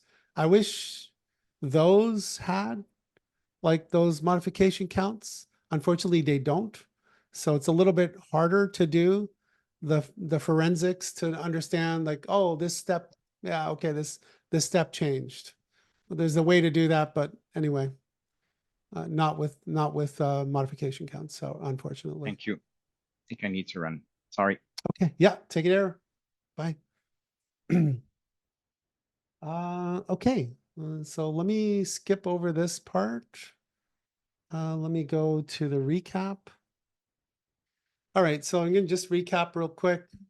One of the main goals for Inspector 8 was to keep developers in the flow of what they're doing, to get out of the way, maybe not even be in the way at all. So Inspector doesn't even need to be open for a developer to make use of it. So once the integration is there, if you set up a schedule, it'll just run and update Inspector on the server. So the developer can just focus on doing work and behind the scenes attribution tracking, history tracking, Git integration. That's all happening behind the scenes. Re-architected from the ground up, and I literally mean that. It's been years in development because all the XML, all the DDR structure changed to save as XML, and it's a whole different structure. And so we've rewritten all our XSLs to parse in that new structure.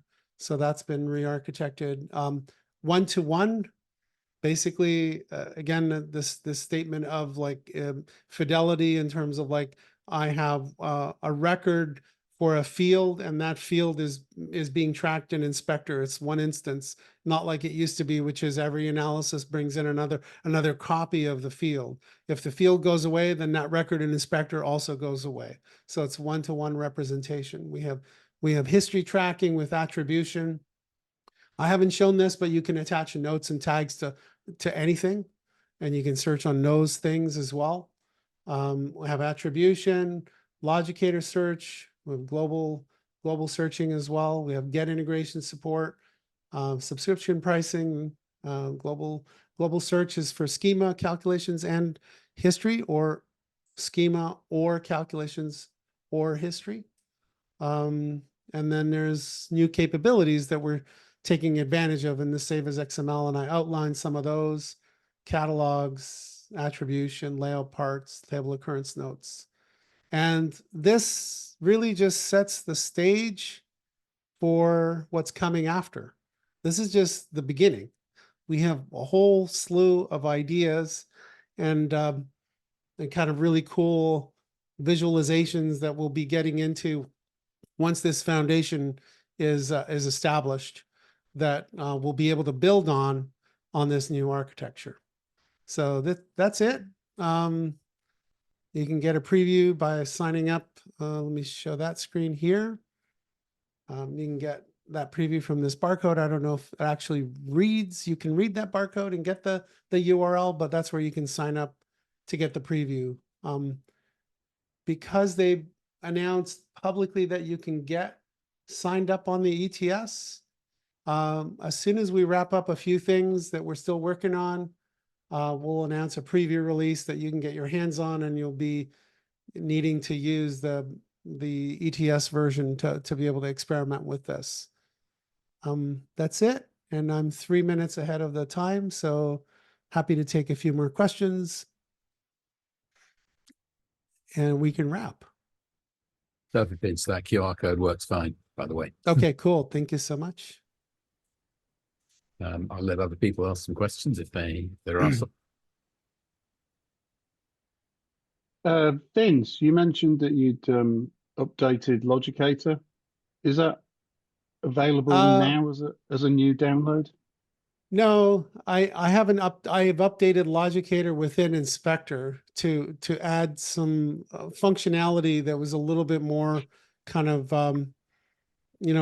keeping you in the flow. Like, so one thing that we had in Inspector 7, you had Logicator, but every time you bring it up, then you'd have to choose from the pop-up menu. Oh, I want to search for the field name. So we added a little bit of an enhancement to the implementation that we're using, where as soon as you bring it up, you can just start typing and hit return. So it's more kind of seamless. But Mark is working on some cool stuff, and I'll let him announce it when his things are ready.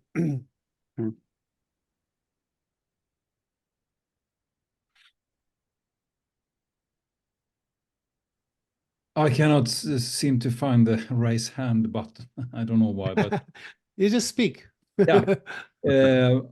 Since I use a simpler version of this myself, I can just point out that the thing of being able to, for instance, attach a definition to each table and have it stay, is a big thing. So that I'm used to using like the competitors tool, where you start from scratch every time you import. In that case, in DDR. So to have stuff added on top and have it stay, it's a big deal. Cool. I don't know. I guess, you know, when you look at the different tools, perception, base elements, inspector, they all have their strengths and weaknesses in different areas. And, you know, we have kind of set our guiding, you know, using the analogy from Claris, our North Star, so to speak. But yeah, like there's a lot of things that we tried to make sure that performance is there, you know, and these other features kind of follow suit. But yeah, cool. Thank you. Cool. Well, that's a wrap. Thank you, Vince. You're very that's welcome. amazing. Sorry, I was busy recommending it to one of my clients who couldn't be here tonight. So, developers. So yeah, thank you very much indeed. That was really exciting, really enthusing. So great, and thanks for all you're doing for the community here. Thank you. And thank you for choosing us to show it to first. You're very welcome. So if no one's got any other questions that has occurred to them in the last few minutes whilst I'm talking, let's move on to Ian's presentation if you're ready, Ian.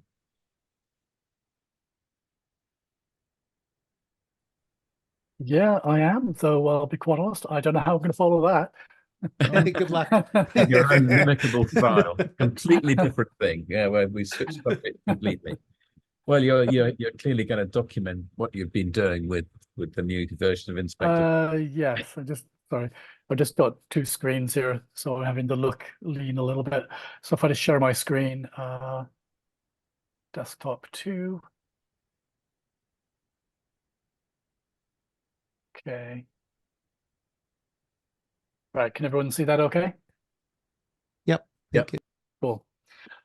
So, right, I'm going to give you a quick demo of Semantic Image Search in FileMaker. A few of you have already seen this. So what I'm going to do is it'll be kind of the same thing, go into a little bit more detail about how this is working. And so what I'm going to cover first is, what are we talking about? What do we mean by semantic image search? Have a demo.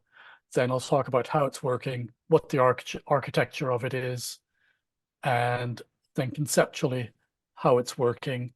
But also, there's a few things that you probably need to take away from it and bear in mind.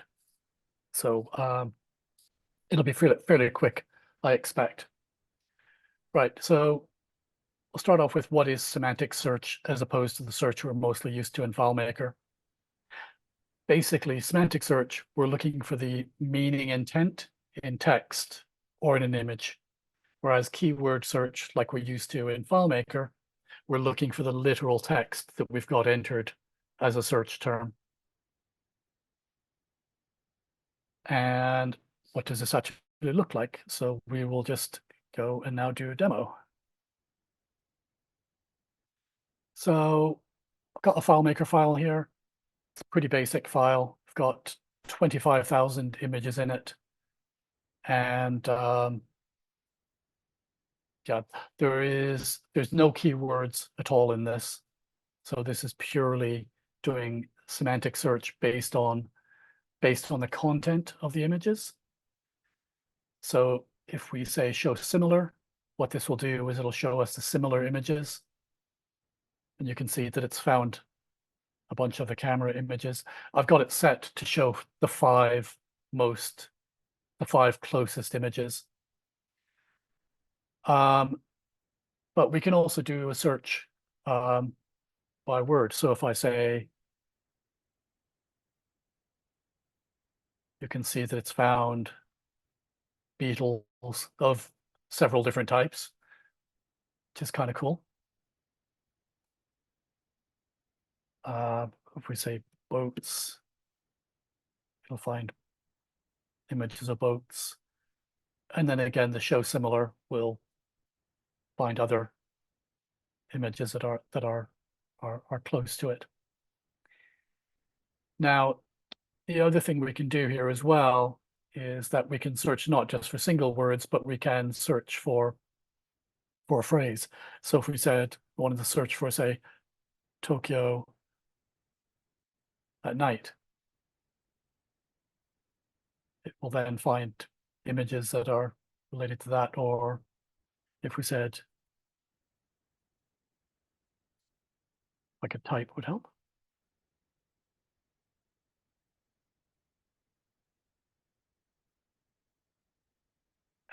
And so actually one of the things that's really, really cool about this is the performance. It's really quite fast. The search is virtually instant. For the search for something that's in my neighborhood, there's St. Paul's, which is just up the street from us. So yeah. Now I'll just show you the structure. Basically what it's doing is that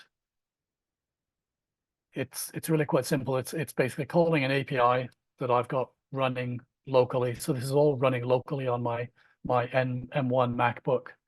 Just doing the insert from URL.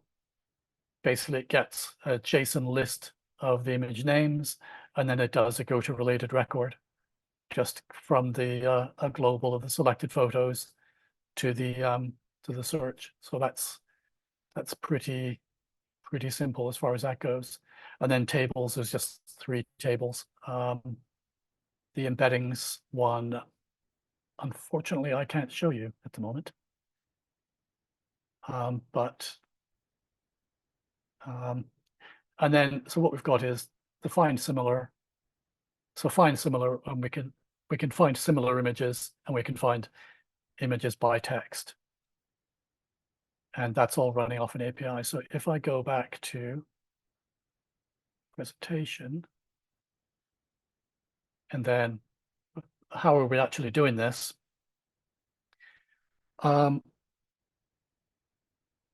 What we're doing is that we're using vector search, and the semantic meaning of the image is embedded in a vector. But in this case, I've used an embedding model that is it's what they refer to as a multimodal model. It will deal with both images and text. And that's why it's able to search for text to find the images with no keywords. This could also be adapted to automate generating keywords for images. So that could be scripted.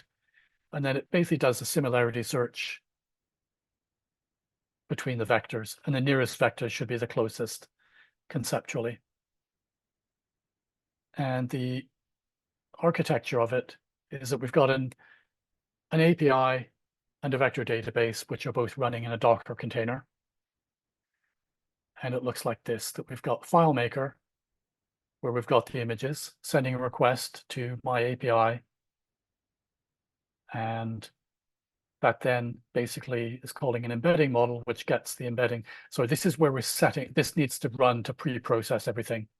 So what we're doing is when we load the images, we get the embeddings, we store the embedding in the primary key for the image in the vector database.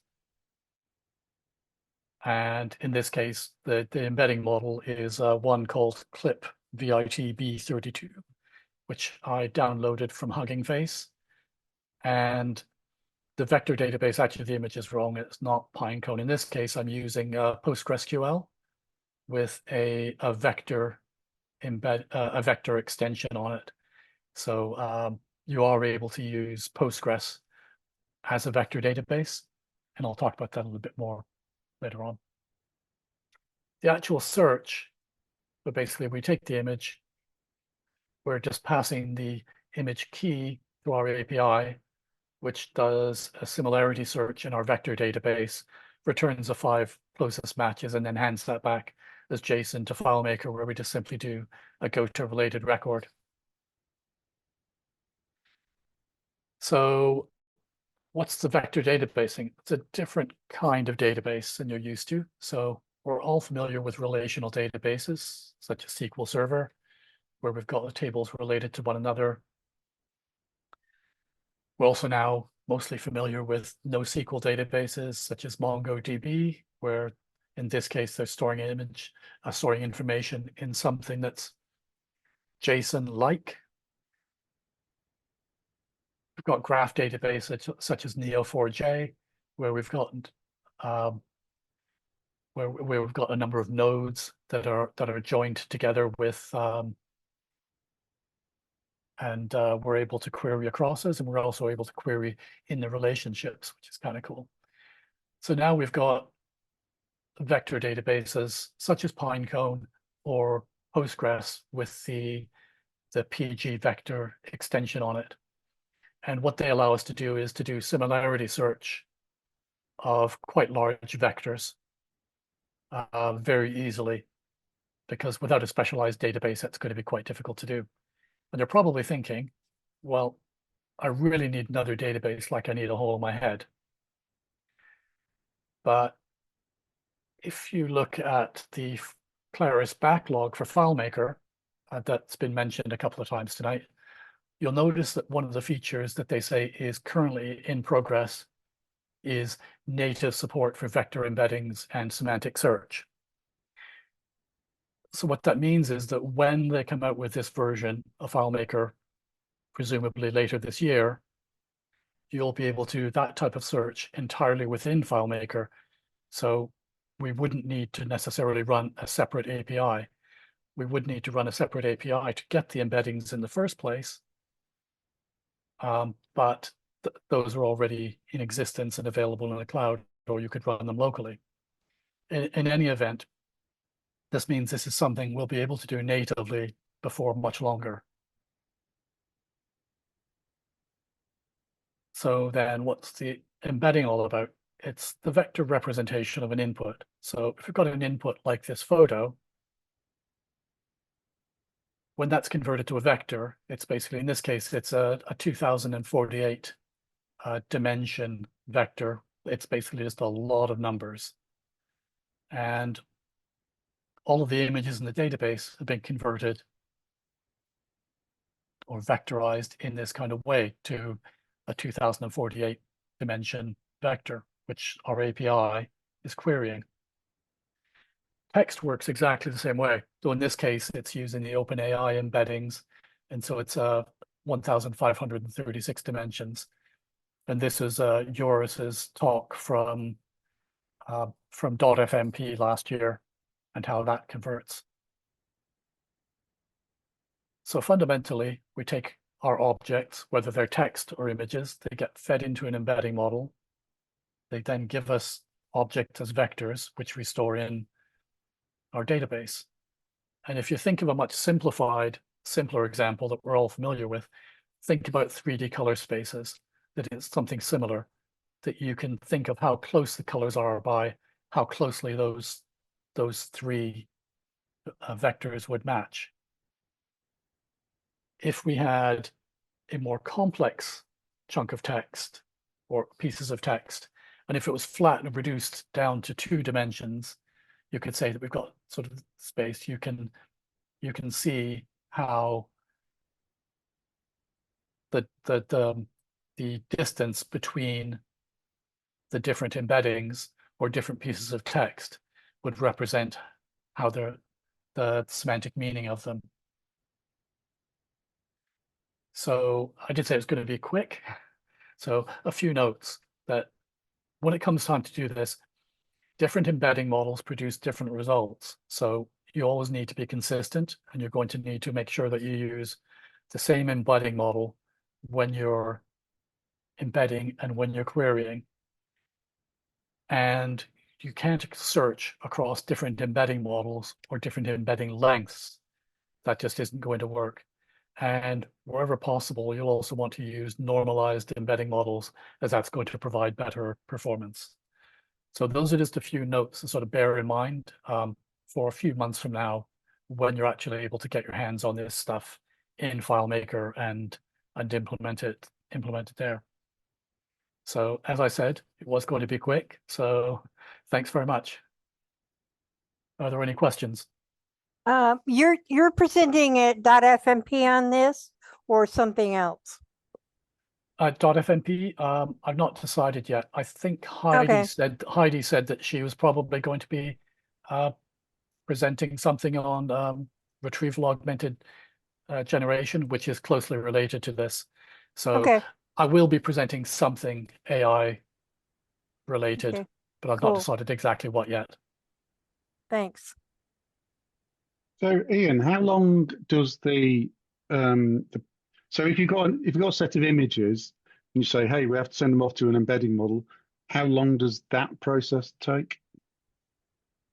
That's actually a really good question, and I can answer that because this afternoon I accidentally upgraded the Postgres version that this was running on, which meant that I had to regenerate it all.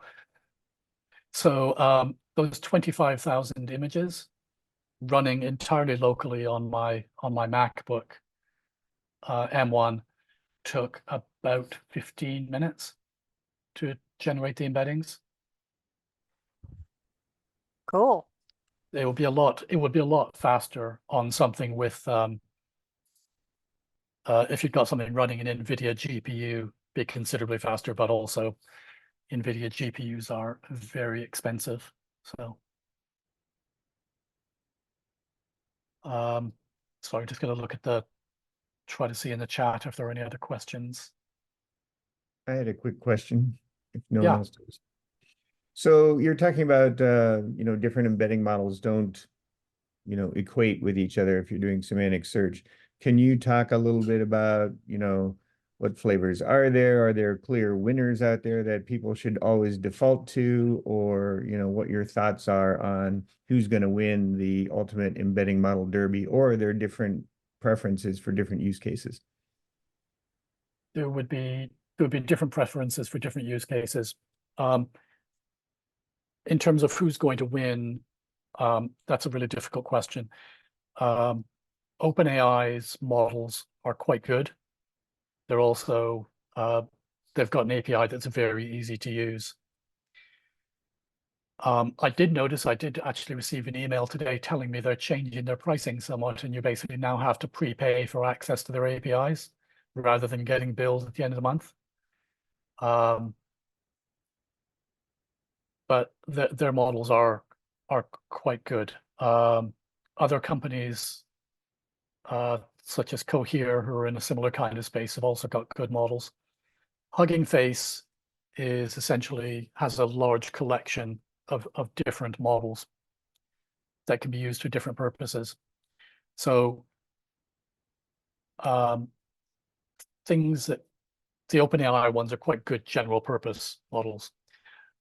What people are doing are because it's very computationally expensive, people are trying to build more focused, often smaller models, that if you've got a very niche type of problem or use case, then using a smaller focused model is going to be faster and give you better results than using a large general purpose model. but the general purpose model is going to give you pretty good results across the board, if that makes any sense. So examples where you might find industry-specific models would be in finance, legal. People have been building very focused models for those types of industries, and people can also train their own. Though everything is moving so fast at the moment that training your own model is not only difficult, but you may find yourself spending a lot of time and energy and money building something that there'll be better options readily available anyway in a very short time. Is that Yeah, I mean, that's basically it. So no gold standard or, default first mover is always going to be the best, and who knows what'll be the case a year from now. Yeah, everything's moving so fast. Absolutely. Ian, quick question. Sure. So if like you use again the concept of like very narrow models for a narrow domain, Yeah. they can be very very good, right? Yes. So would you think that in like again in using the context of a database where you might have a domain of expertise for a client that, let's say, a plumber or somebody like that, would you think that solutions might use more than one model to address that system? Let's say you'd have a set of contracts and you have a model for PDFs of contracts or bids for work or whatever, and then you have some other model to another aspect of their business. Would you see possibility of combining more than one model in a solution for different purposes? Yeah, I think so. You might, however, I think part of the question there becomes how special purpose. If let's take your example of a plumber, that they're probably going to buy some off-the-shelf plumbing management system, and if they have a custom-built FileMaker database, it's probably going to be for some fairly specific, narrow use cases within the business. So what you might end up with is that their invoicing system might use one model, your FileMaker system might use another, and I don't know, their plumbing, I don't know anything about plumbers. route tracking or something. Yeah, exactly. Might use right. something specific Yeah. for that purpose. Right. But I know that there are some companies, because one of the big issues that we're all somewhat concerned about, and I know people have been discussing, is data security, and do you want to send all your data to firms like OpenAI? But because many of the larger models are very compute intensive, a lot of them actually require like an NVIDIA GPU, which not everybody's going to have. I mean, so that's why some firms have been trying to focus on building smaller models that are capable of running without a very expensive hardware like that type of GPUs. So yeah, so I think that there is a place for the smaller, more focused models very much. And I think some of the work that I've been doing actually, yeah, that I've been using different models to kind of pre-process data and decide what the next steps are with it, rather than flinging all the problems at OpenAI. I mean, it could do them, but it gets expensive very fast if you're talking to the OpenAI API every time you want to do anything.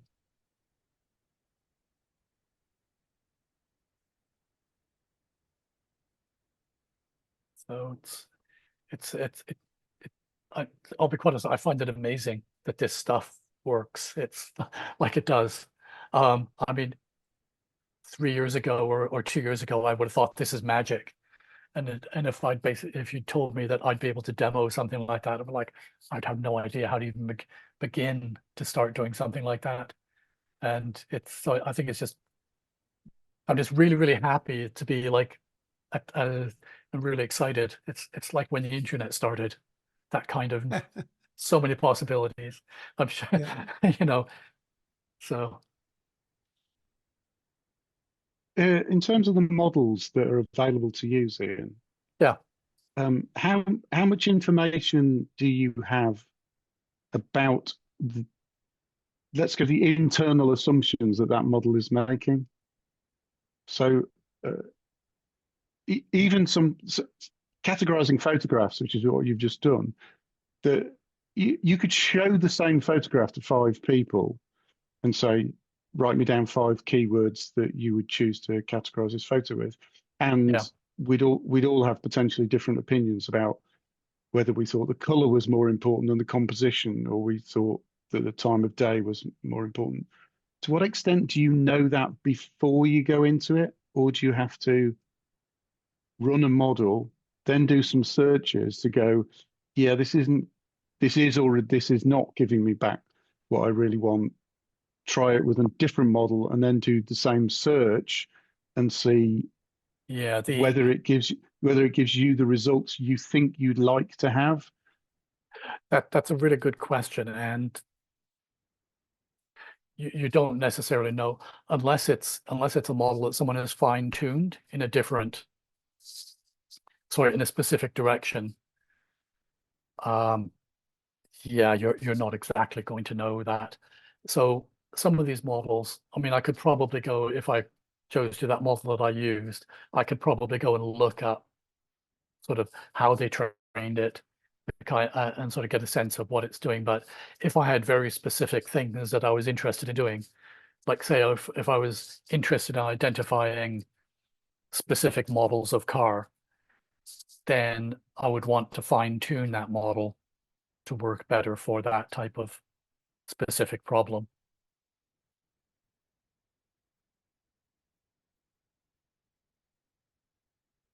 So it's because it's very, so that one that I used is open source, so people can see a lot of the information behind it, but some are not open source. In which case you kind of take what you get. And it is possible to fine tune models, but that's a different kind of kettle of fish. It's hard and it's difficult to know that it's working correctly. And it can take a long time and end up costing a fair bit of money to do that. Given where we're going with AIs generally, do you think that there's going to be a plethora of models going to be coming out generally? I think that's the way we're headed. That seems to be happening already. If you try to do a search on Hugging Space for models, you're just overwhelmed with a lot of them. And when I wrote my dissertation, one of the people I interviewed was in charge of machine learning, or not in charge of, but quite high up in Shopify and what they were doing with machine learning. And she told me that she described it as a graveyard of unused models, that so many models got built but never actually used. But the other thing in their case is because they're using a lot of models for fraud detection, she said it was like an arms race, that it's moving very, very fast, that they might have a model that would only be usable for a month and then it needs to be replaced.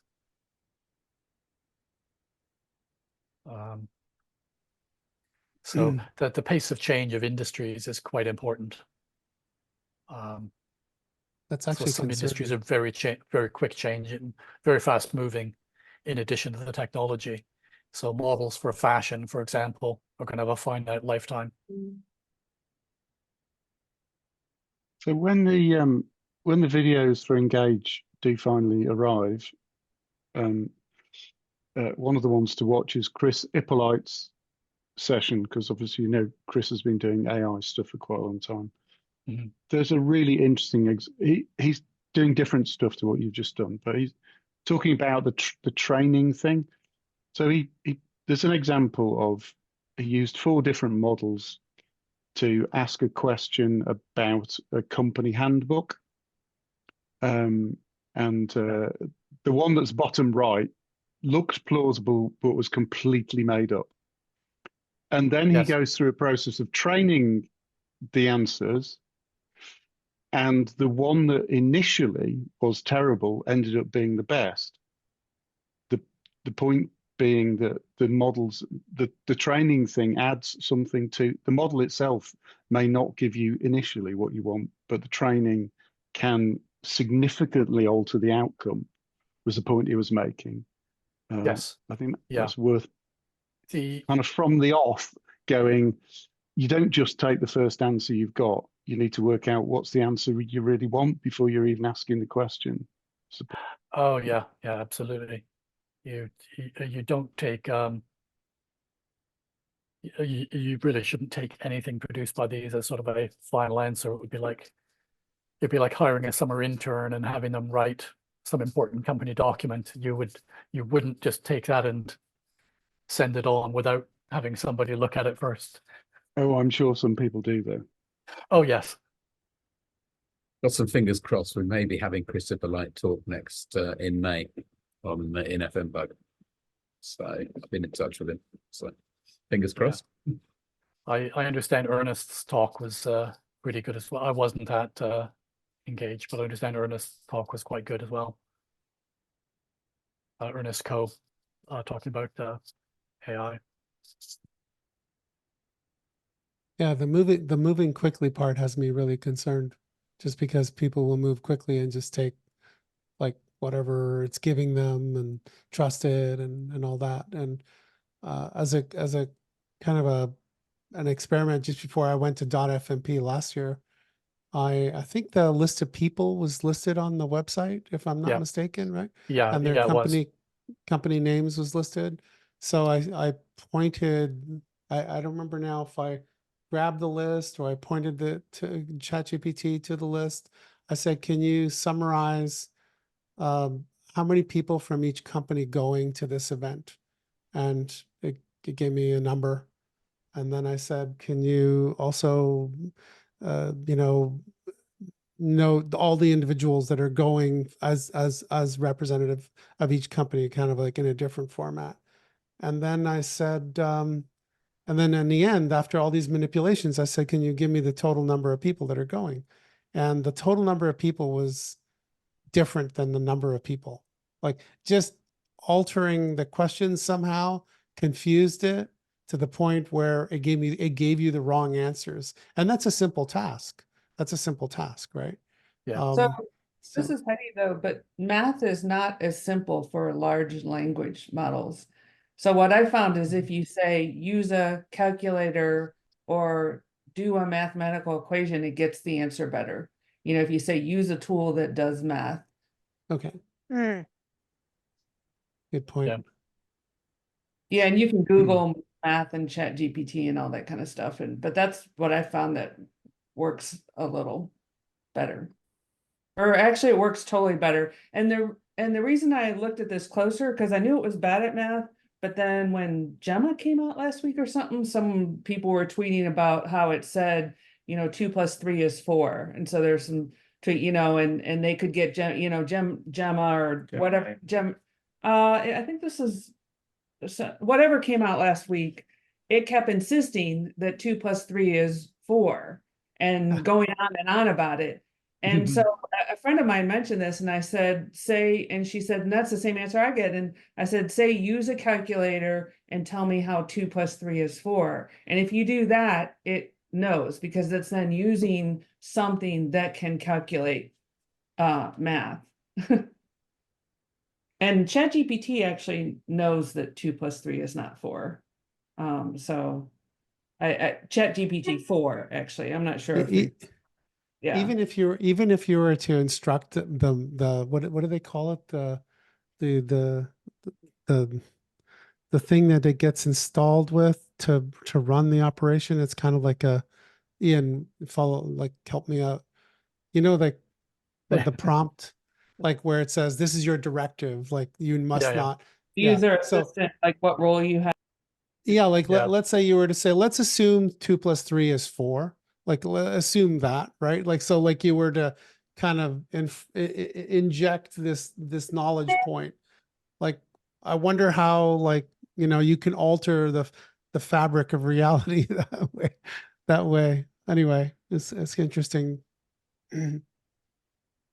Yeah, but I mean that's what the fact that it's not great on factual stuff is why sort of RAG, retrieval augmented generation, is becoming sort of kind of the go-to approach, where it combines embedding models to find the information that gets fed in as an input to the LLM to generate the final output.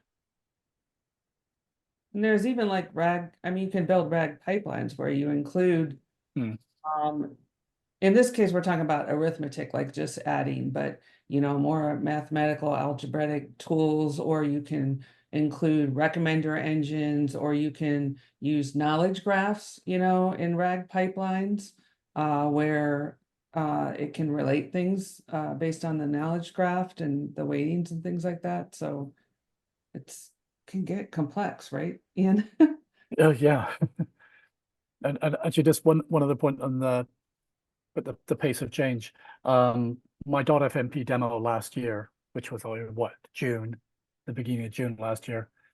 Yeah, a lot of the code that I wrote then doesn't work now because the APIs have changed. Yeah.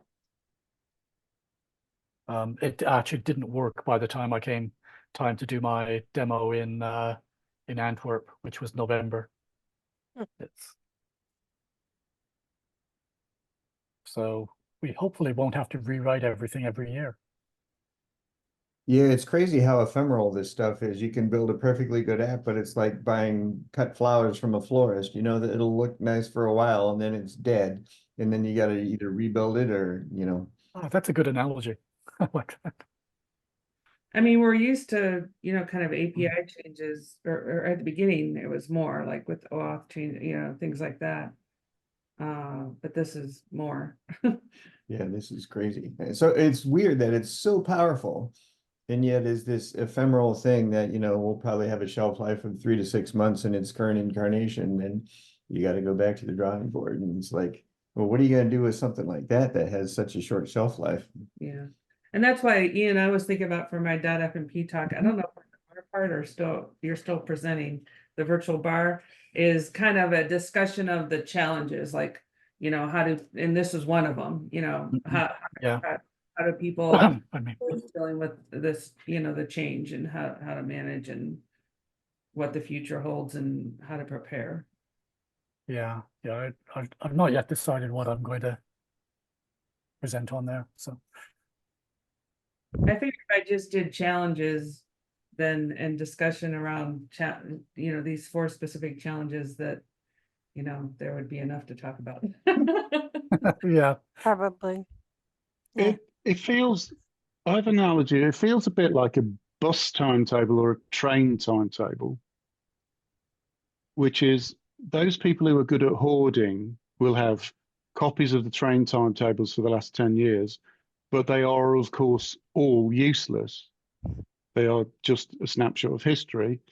It's like the assumption is that everybody who wants to use, let's ChatGPT or something, is going to walk up to it as it is today and use it to get an answer without any, you know, and therefore if you come tomorrow, it may be able to do different things or in a week's time, but you just take it as it is. Whereas our model in FileMaker development is that we're looking for a thing that we can include and embed in our solutions. And that isn't the base assumption of the tool that we are now able to hook into and able to use. That's where you're saying the disconnect is. Thank you. Yeah, no, this is a good point to turn that off and to move into the virtual bar. So I will do that right away.